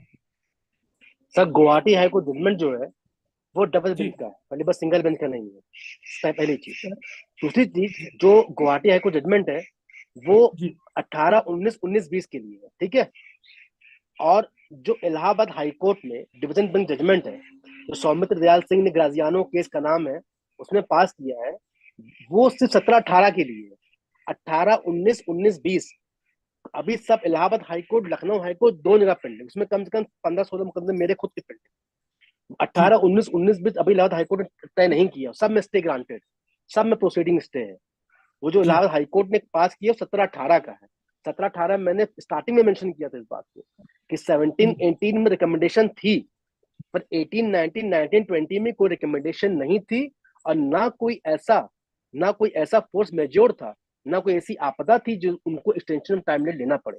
गुवाहाटी हाईकोर्ट एक चीज बहुत अच्छी डेल्ट किया है कि डिपार्टमेंट से बोला गया कि दिखाइए आप रिकमेंडेशन कहाँ है आपके पास। गुवाहाटी हाईकोर्ट में जो सेंट्रल गवर्नमेंट काउंसिल वो रिकमेंडेशन लेके नहीं आ पाए, उन्होंने ये बोला हमने एक एप्लीकेशन मूव कर रखा है मॉडिफिकेशन के लिए, कि जो नोटिफिकेशन है और जो जीएसटी काउंसिल मीटिंग है उसको मॉडिफाइड करें। उसके बाद कम से 10 काउंसिल की मीटिंग हुई, लेकिन उस मॉडिफिकेशन पे आज तक चर्चा तक नहीं हुई। तो उस बेसिस पे गुवाहाटी हाईकोर्ट ने पूरी नोटिफिकेशन को अल्ट्रा वायरस कर दिया और प्रोसीडिंग ड्रॉप कर दी। और Allahabad high court is particularly for the 17, 18, not 18, 19, 19, 20। Sir जहां तक फोर्स मेजोर एग्जिस्टेंट थी कि नहीं उस समय, उसके बारे में तो उन्होंने कहा था ये आफ्टर इफेक्ट्स है। अर्थक्वेक आए 2-3 मिनट के लिए आएगा सर, अर्थक्वेक ये भी लिखा है उन्होंने कि अर्थक्वेक वाइदी में केस हो अर्थक्वेक का, तो मालूम पड़ी 10 मिनट के लिए, 3-4 सेकंड के लिए आया, 2-1 मिनट के लिए आया। आफ्टर इफेक्ट्स होंगे उसके 10 महीने तक, साल 6 महीने तक, तो क्या ये नहीं कहा जाएगा फोर्स मेजोर नहीं था उस समय? पहली बात। दूसरी बात, उन्होंने ये नहीं कहा भाई, ये भी कहा कि भाई इसके आफ्टर इफेक्ट्स तो उसी के हैं, कोविड के ही हैं ये, तो ये कैसे सर कहा जा सकता है? ये सुप्रीम, मैं बताता हूँ ऑर्डर में लिखा एग्जैक्टली हुआ कैसे सर। कैसे ये आपके अब इलाहाबाद हाईकोर्ट की बात कर रहे हैं, ठीक है। जी जी हाँ, मैं फिर से कह रहा हूँ 17, 18 के लिए। अब मैं आता हूँ गुवाहाटी हाईकोर्ट वाले के लिए। जी देखिए हर कोर्ट का अपना, तो इसीलिए अगर ऐसा होता तो उस जी समय जब बहस हो रही थी तो 17, 18, 18, 19, 19 भी तीनों बहस हो रही थी, लेकिन कोर्ट ने से जजमेंट पास किया 17, 18 के लिए। अब मैं आता हूँ जी फोर्स मेजोर के पॉइंट पे। क्यों हम लोग फोर्स मेजोर कोविड पॉइंट को काउंट नहीं कर रहे कि after effect? Sir after effect तो उसके 10 साल तक रहेंगे, कभी खत्म नहीं होगा। बट वो जो पीरियड था वो पीरियड था लॉकडाउन का पीरियड था, ठीक है। और वो सुप्रीम कोर्ट ने ऑलरेडी उस पीरियड को डिफाइन कर रखा। सुप्रीम कोर्ट का जजमेंट कोर्ट किया गुवाहाटी हाई कोर्ट ने, वो कहा है कि सुप्रीम कोर्ट ने कहा था आपने जिंदगी की वो 2 साल आप जिंदगी से निकाल दीजिए। आप मानिए कभी 2 साल आपके लाइफ में थे ही नहीं, तो आप एग्जाम्पल कोर्ट कर रहे हैं अर्थक्वेक वाली बात, अर्थक्वेक से 10 मिनट की आदत चला जाता है, लेकिन कभी भी सुप्रीम कोर्ट सेंट्रल गवर्नमेंट को ऐसा कभी कुछ नहीं कहा कि आपने जिंदगी की वो 10 मिनट या अपनी जिंदगी के आने वाले आफ्टर इफेक्ट वो निकाल दीजिए।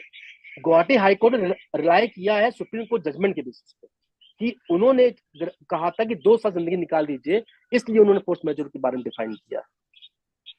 फोर्स मेजोर को सुप्रीम कोर्ट के उस बेसिस पे किया डिफाइन। इलाहाबाद हाईकोर्ट ने जो लिया व्यू वो मैं आपकी बात सहमत हूँ, लेकिन वो सिर्फ उनको पता था कोर्ट को कि there is no recommendation in the 18, 19, 19, 20, that the reason he hasn't touch that 18, 19, 20।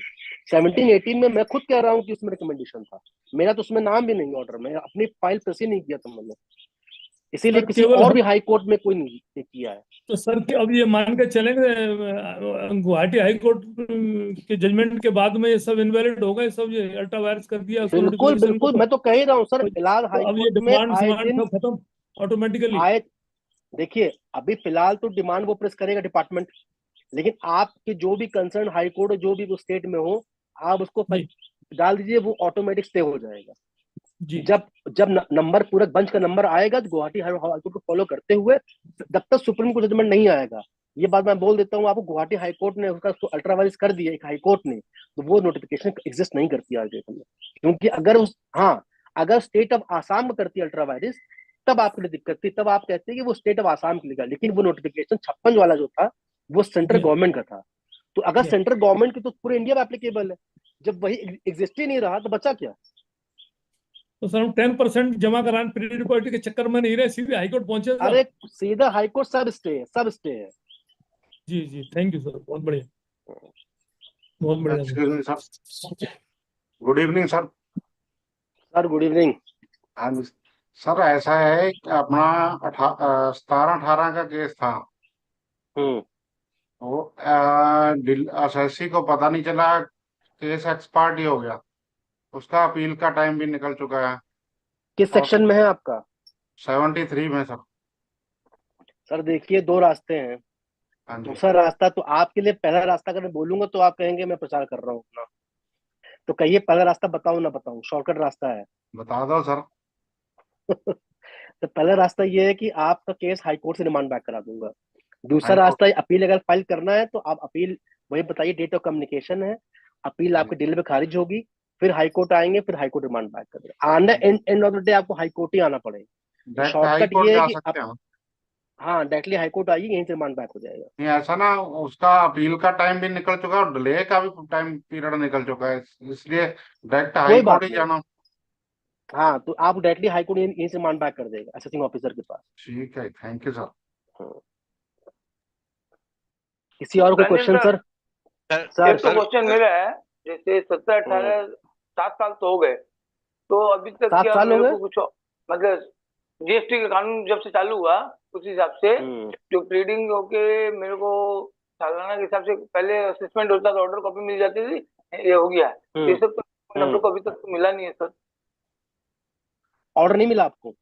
हाँ कुछ भी नहीं, अभी 17-18 असेसमेंट हुआ कि नहीं? से ऑर्डर नहीं, मतलब कोई क्लाइम कंप्लेन नहीं हुआ, या तो उसके कारण कोई ऑर्डर, क्या कुछ सिस्टम है क्या कि जैसे सत्रह नहीं नहीं अठारह नहीं के मेरे के बस नहीं नहीं जैसे नहीं, सपोज। वो तो अच्छी बात है सर, क्लीन है, आप खिलाफ कुछ है ही नहीं तो क्या कार्रवाई करेगी वो लोग? हाँ तो मतलब कार्रवाई नहीं, मतलब तो मेरे पास कोई ऑर्डर कॉपी नहीं आएगी कि आप तक यहाँ तक अप टू डेट है उसकी? नहीं नहीं, ये सब नहीं आता सर, ये सब नहीं आता। अब ये नहीं आता। नहीं नहीं hello sir. Sir hello sir. हाँ सर, हाँ, मेरा मेरा क्वेश्चन क्वेश्चन ये ये है। था हम्म। कि अभी आप सर डिस्कस कर रहे थे सेक्शन 73 के नोटिस, 73 के ऑर्डर में अगर कोई डिफरेंस है, देन हम्म। अगर सर 61 में एसएमटी टेंडर जारी किया गया, उसमें डिमांड निकाली गई 10,000 रुपए की, हमने कोई रिप्लाई नहीं फाइल किया, उन्होंने दोबारा 73 की नोटिस जो निकाली वो निकाली साहब 40,000 रुपए की।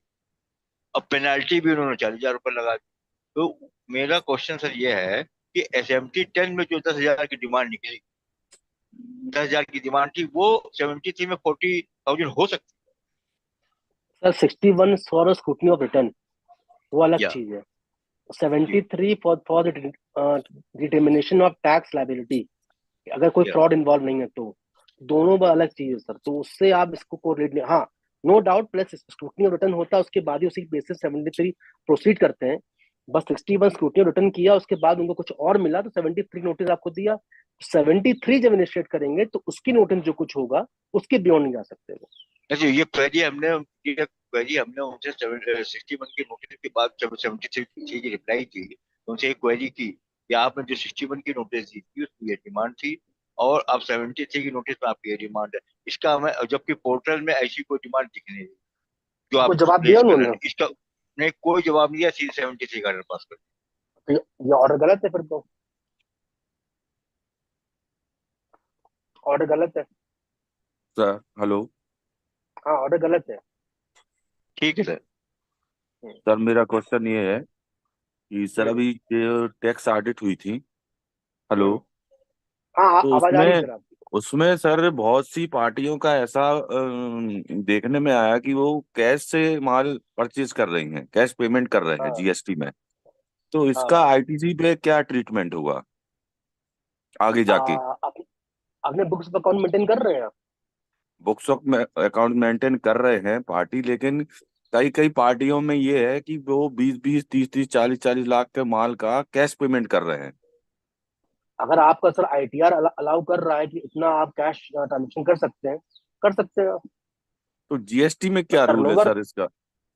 जीएसटी रूल है, देखिए जीएसटी तो कहता है कि आपको सब पेपर शो करना पड़ेगा ऑन पेपर कि आपने जो ट्रांजेक्शन किया है वो बंदे पर पहुंचा है। बेसिकली डिलीवरी ऑफ गुड्स होना चाहिए, रिटर्न फाइल होना चाहिए, ई बिजनेस होना चाहिए, और आपका जो पेमेंट होना चाहिए वो बैंक थ्रू होना चाहिए। लेकिन अगर अगर इसमें ये भी है, इंटरप्रिटेशन की बात है कि अगर आपकी इतनी कैलिबर है कि 40 लाख का payment as per on paper आप किसी को कर सकते हैं, तो भाई कर सकते हैं, तो आप पेपर दिखा दीजिए हमारा इतना टर्नओवर है, हम इतना कर सकते हैं। लेकिन बात ये भी है, गवर्नमेंट ने ये भी कर रखा है, वो सेट कर रखा है अमाउंट, इससे ऊपर ट्रांजेक्शन आप कैश कैश जो कर ही नहीं सकते, करेंगे कैसे 40 लाख का ट्रांजेक्शन आप?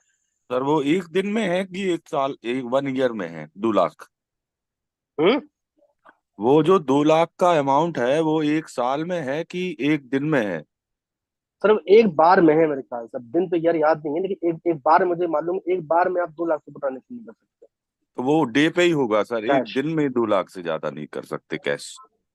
हो जीएसटी सकता में है, यही अब रूल है वो कैश का। जीएसटी में नहीं तो सर, है, लेकिन मैं, हाँ 1 ईयर का रूल है, 1 ईयर रूल है, वो 1 इनकम ईयर टैक्स है। में 1 है। ईयर ऐसा कि हाँ इनकम वही। वो टैक्स इनकम, की है सर। प्रांजू सर यही तो, प्रांजू सर यही तो कह रहे हैं कि जब इनकम टैक्स प्रोविजन इस पे अलाउ कर रहे हैं तो आप कर सकते हैं। चेक करना दिख रहा। प्रांजू सर यही तो कह रहे हैं कि जब इनकम टैक्स अगर आपको अलाउ कर रहा है तो आप कर सकते हैं, तो जब इनकम टैक्स हमें हाँ अलाउ क्या ही नहीं ट्रांजेक्शन, करता है। तब वही तो, क्या ट्रांजेक्शन आपको अलाउ ही नहीं है तो करेंगे क्या ट्रांजेक्शन आप?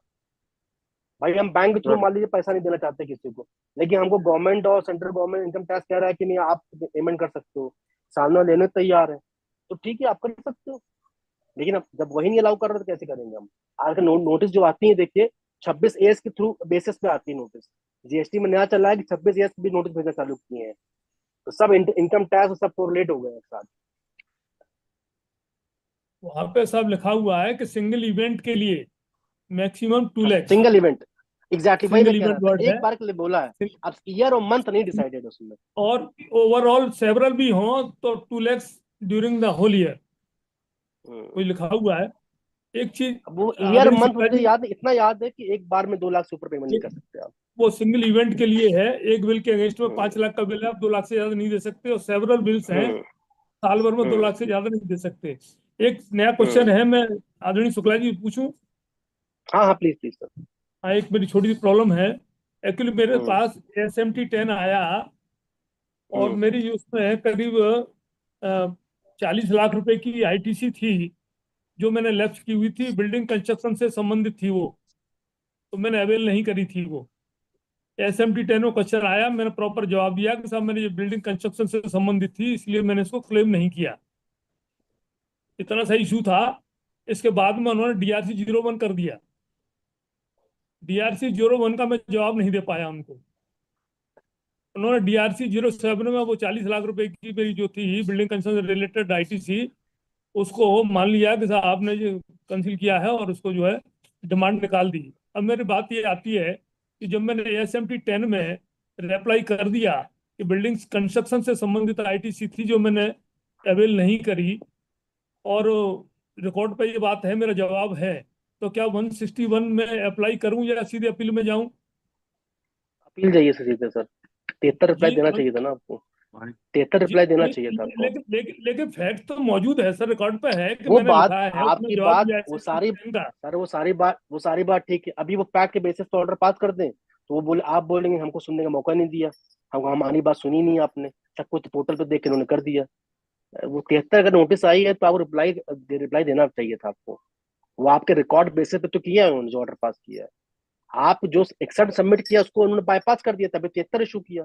अगर वो नहीं तो मान लेते बाईपास किया, मैं वही कह रहा हूँ सर कि बाईपास उन्होंने तो, किया है, रिकॉर्ड पर पहले से तो है जो चीज। डिससेटिस्फाई थे ना वो, आप समझिए, आप उस रिप्लाई से वो भाई डिससेटिस्फाई थे, इसीलिए 73 इशू किया। अब 73 रिप्लाई देते हैं आप। क्या दोनों रेमेडी अपना लें साहब, 161 भी कर दें, अपील में भी जाए? कर दीजिए, दोनों कर दिया। 161 तो आपकी भाई राइट है, आप अवेल कर कोई लीजिए, रोक तो है दोनों नहीं आपका साहब, राइट हम है। 161 कोई में रोक चले गए नहीं तो है, अपील नहीं कर सकते? दोनों दोनों राइट है सर, दोनों राइट है आपका। लॉ में तो कहीं मना नहीं है। कोई टेक्निकल प्रॉब्लम लोग बता रहे हैं कि जो 161 का फैसला आ जाएगा अडवर, तो फिर अपील नहीं कर सकते 161 नहीं के नहीं खिलाफ। नहीं, अपील तो, अरे नहीं नहीं सर, अरे नहीं, अपील हो 161 सकती के है। खिलाफ ही करेंगे फिर आप, ऐसा कुछ है? आज ओरिजिनल ऑर्डर के खिलाफ तो करेंगे ना। जी जी, ठीक है sir, thank you sir. Rakesh भाई साहब 161 का अगर आपने पहले अप्लाई कर दिया तो आपकी अपील फाइल नहीं होगी जब तक 161 डिसाइड नहीं। कि मेरे केस में ऐसा हुआ है, नहीं नहीं 161 सही मैंने बात है। अप्लाई कर दी, 161 मैंने अप्लाई कर दी, हमने अपील जी करने की कोशिश की, अपील नहीं हुई। वो जब 161 का ऑर्डर हो गया, देन आपको हमको अपील करनी। जी जी इसलिए अगर आपको अपील करनी हो या 161 लगानी हो, तो इन दोनों में डिसाइड कर लीजिए कि आप पहले आप क्या करें। अगर 161 आपकी पेंडिंग हुई तो आप अपील नहीं कर पाए। नहीं, लेकिन ये टेक्निकल इशू है, एक्ट में तो कहीं नहीं रोक नहीं लगी साहब, पोर्टल नहीं ले रहा है, अरे अलग बात है, यही बताया नहीं, पोर्टल नहीं ले रहा है। उसका रीजन ये है ना, जैसे आपने किसी ऑर्डर रेटिफिकेशन के लिए भैया एप्लीकेशन डाल दी है, अब वो जी ऑर्डर ऑलरेडी, अब ऑर्डर मान लिया अपील भी कर दिया, ऑर्डर रेक्टिफाई भी हो गया, तो कैसे पॉसिबल है?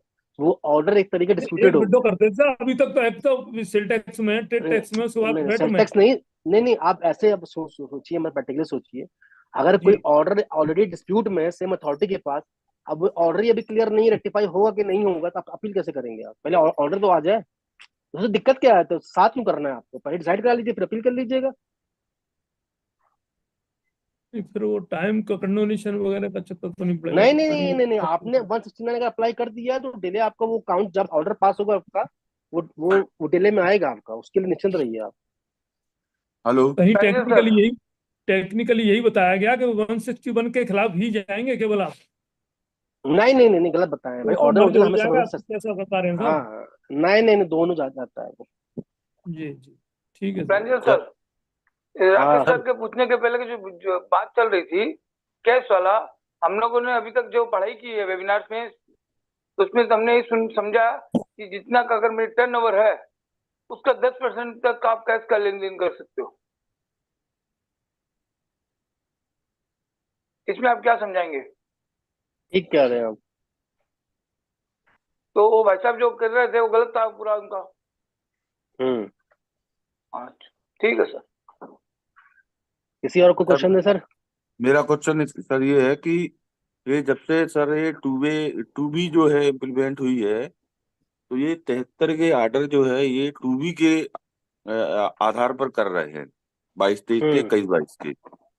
तो सर इसमें जो है जैसे टू ए में हमारी 15 लाख क्रेडिट दिख रही है और टू बी में दिख रही है 12 लाख, तो ये जो है हमें 12 लाख रुपए आईटीसी दे रहे हैं और 3 लाख रुपए आईटीसी इसको रिजेक्ट कर रहे हैं।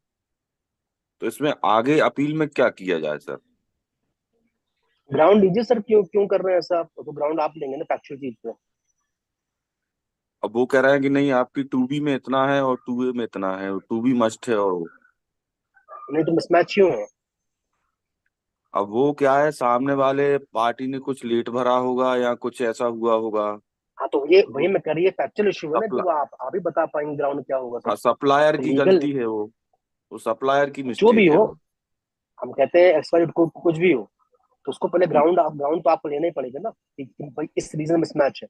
उसे क्लैरिफाई नहीं करेंगे तो कैसे आप फेवर ऑर्डर पास करेंगे तो मिसमैच सर का? ये ऑर्डर अब टू बी के आधार से ही होंगे जो भी होंगे, हाँ, और 73 जिस के। आधार पे जिस आधार पे शो कोड है उसी आधार पे ऑर्डर पास होगा। तो सर शोकोज तो उन्होंने उसमें टू ए का हवाला दिया है। तो भी का नहीं दिया है। नहीं, टू ए का हवाला आप दिया है। मैच आप मैच करा लीजिएगा ऑर्डर शो कोड नोटिस, अगर ऐसा है तो गलत है। तो वो अगर टू ए का हवाला दे रहे हैं तो उसको टू ए देखना चाहिए। हाँ, जिस आधार पे शो कॉल उसी आधार पर ऑर्डर पास होगा, एडिशनल ग्राउंड ऐड नहीं कर सकते। वो मैंने देखा था टू ए ही लिखा है उसमें नोटिस में। हाँ तब ऑर्डर गलत है, तो कुछ चलने पर कॉस्ट हो जाएगा वो। Okay sir. सर एक और क्वेरी है। एक पार्टी के हम्म यहाँ एसआईपी होती है, एसआईपी होने के टाइम पे जो डिफरेंस मिलता है वो सिर्फ 8 से 10 लाख का स्टॉक का वेरिएंस मिलता है, और उनके द्वारा जो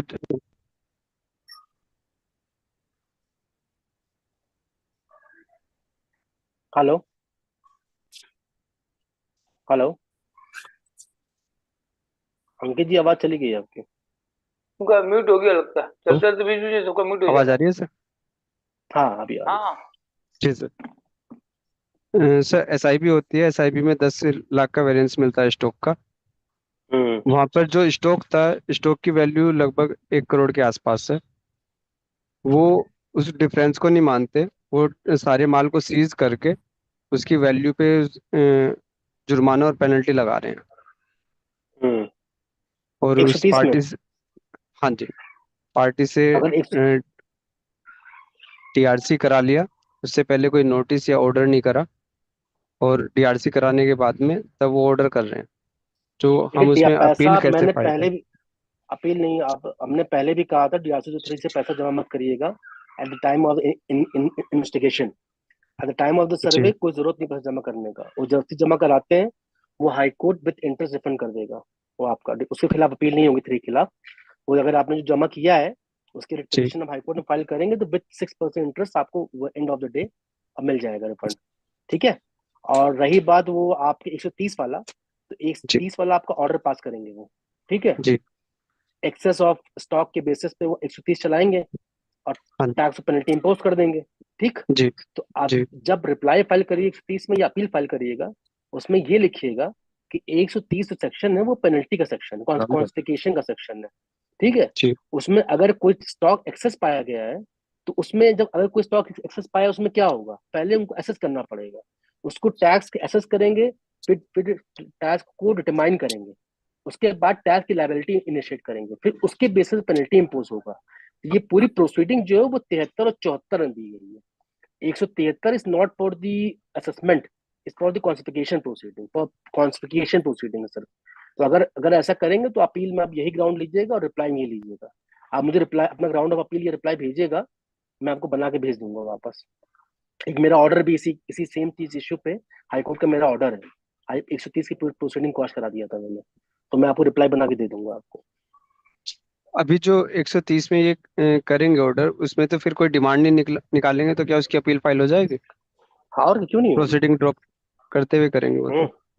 नहीं नहीं, आपकी अपील जो उसकी अपील के निकलेगा, अपील करेंगे आप उसके खिलाफ। ठीक, थैंक यू सर। किसी और सदस्य की कोई क्वेरी?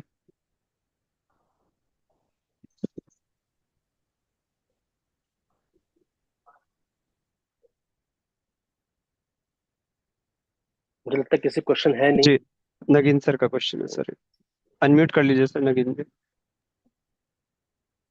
सर मेरा थैंक यू है, मेरा क्वेश्चन नहीं है आज। मेरा थैंक यू है प्रांजल भाई को। जो है एक पर्सनल मैटर में जब मैंने आपसे डिस्कस किया था सर तो ध्यान होगा भाई को। अरे याद है सर, याद है। तो वो जो आपने रूलिंग दी थी उसका मैंने लाइन ऑफ एक्सचेंज चेंज कर दिया। हाँ। और जो पैसा मेरे को 2-4 साल में मिलना था वो मेरे को 15-20 दिन में मिल गया। मैंने लाइन ऑफ एक्सचेंज चेंज करके और उनको उल्टा फंसा लिया। वो उसी रूलिंग की वजह से हुआ वो। मेरा थैंक यू आप लोग आशीर्वाद सर आप लोग का। ठीक है, थैंक यू सो मच सभी लोग को सर सुनने के लिए सर, और पूरा साथ देने के लिए, और मैं भी बहुत कुछ सीखा आप लोग से। Thank you so much. Shri Arun Raghav sir से गुजारिश है कि वो सर का वोट ऑफ थैंक्स करें, उसके बाद राष्ट्रगान। अरुण राघव सर। शुक्रिया अंकित भाई। सर्वप्रथम मैं अपने परम प्रिय भाई प्रांजल शुक्ला जी को हृदय से मोदी नगर से नमन करता हूं। Sir thank you. Pranjal ji का व्यक्तित्व कुछ इस तरह का रहा है कि एक बार कोई इनसे मिल लेता है तो इन्हीं का हो जाता है। सादर नमन। आज प्रयागराज की पावन धरती से वेबिनार के शानदार व ज्ञानवर्धक उद्बोधन हेतु अद्भुत प्रतिभा के धनी प्रयागराज उच्च न्यायालय के वरिष्ठ अधिवक्ता मेरे परम प्रिय भाई श्रीमान प्रांजल शुक्ला जी का हृदय से आभार व अभिनंदन करता हूं। आपने आज एक अत्यंत महत्वपूर्ण विषय पर बेहद सरल लहजे में कानून की बारीकियों से हम सभी का ज्ञानवर्धन किया। वेबिनार में उपस्थित सभी सम्मानित साथियों की शंकाओं का बेहद सरल भाषा में आपने निवारण किया। उसके लिए आज के वेबिनार के गुरु श्रीमान प्रांजल शुक्ला जी के विद्वता व शालीनता से परिपूर्ण आकर्षक व्यक्तित्व को सप्रेम नमन करता हूं। निस्संदेह सभी साथियों ने शांत भाव से बड़ी एकाग्रता व तल्लीनता के साथ आपके उद्बोधन को सुना है और ज्ञान अर्जित किया है। उसके लिए आपका स्नेह, आभार व अभिनंदन।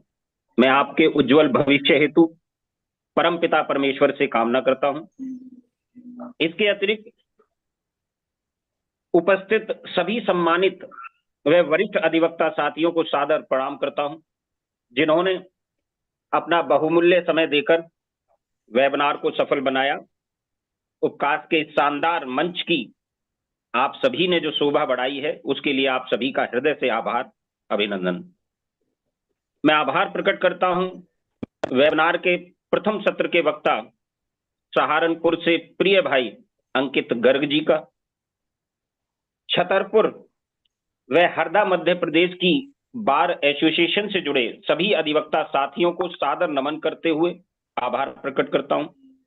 मैं आभार प्रकट करता हूं उपकाश के जनक परम आदरणीय बड़े भाई श्रीमान हर्ष शर्मा जी, उपकाश के अध्यक्ष महासचिव, समस्त पदाधिकारी व कार्यकारिणी सदस्यों का, जो निरंतर विधिवाणी के माध्यम से हम सभी को शिक्षित करते आ रहे हैं, ज्ञानवर्धन करते आ रहे हैं।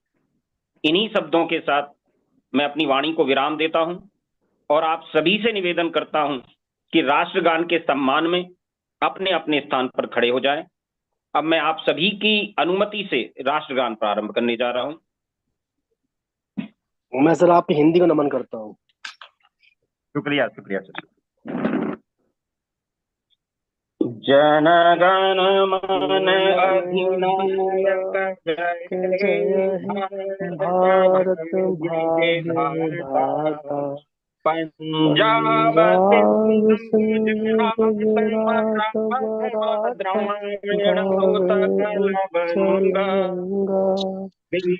हिमाचल यमुना गंगा उत्कल जलधि तरंगा, जब शुभ नाम जागे तब शुभ आशीष मांगे, गाहे तब जय गाथा, जन गण मंगल दायक जय हे भारत विधाता, जय हे जय हे जय हे जय जय जय जय हे। भारत माता की जय। Thank you sir, thank you everyone. Thank you sir, सभी का हार्दिक आभार। राकेश सर हैं या चले गए? राकेश सर आ गया सर, हम यहीं पे हूँ, आ गया सर। जी सर, आपकी क्वेरी थी सर। हाँ, मैंने शुरुआत में निवेदन किया था जी सर, कि जी एक जनरल प्रॉब्लम है और मैं समझता हाँ जी हूँ सर, ऑल ओवर यूपी में है और आसपास के और राज्यों में भी होगी। जी सर बताइए। हम मोबाइल स्क्वाड की जो कार्रवाई है, हाँ जी हम बिना पेनल्टी जमा कराए अपील में जाना चाहते हैं बहुत से केसेस में। जी जी जी जी हमारा व्हीकल है वो, मैं माल के वहीं खड़ा रहता है जब तक अपील का जी डिसीजन नहीं हो जाता।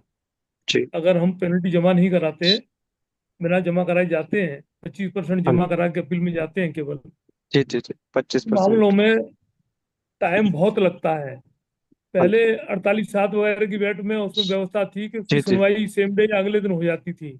हाँ जी आज की डेट में ये हो रहा है कि एक तो वो आख्या मंगाते हैं, अपीलेट जी अथॉरिटी कहती है कि सब आख्या मंगाएंगे हम, तो आख्या जाने जी में 1-2 दिन लग जाते हैं, फिर उनको विचार करने में टाइम लगता है, वो आख्या आने में मालूम पड़ी कि 1 हफ्ता 10 दिन निकल गया ऐसे ही।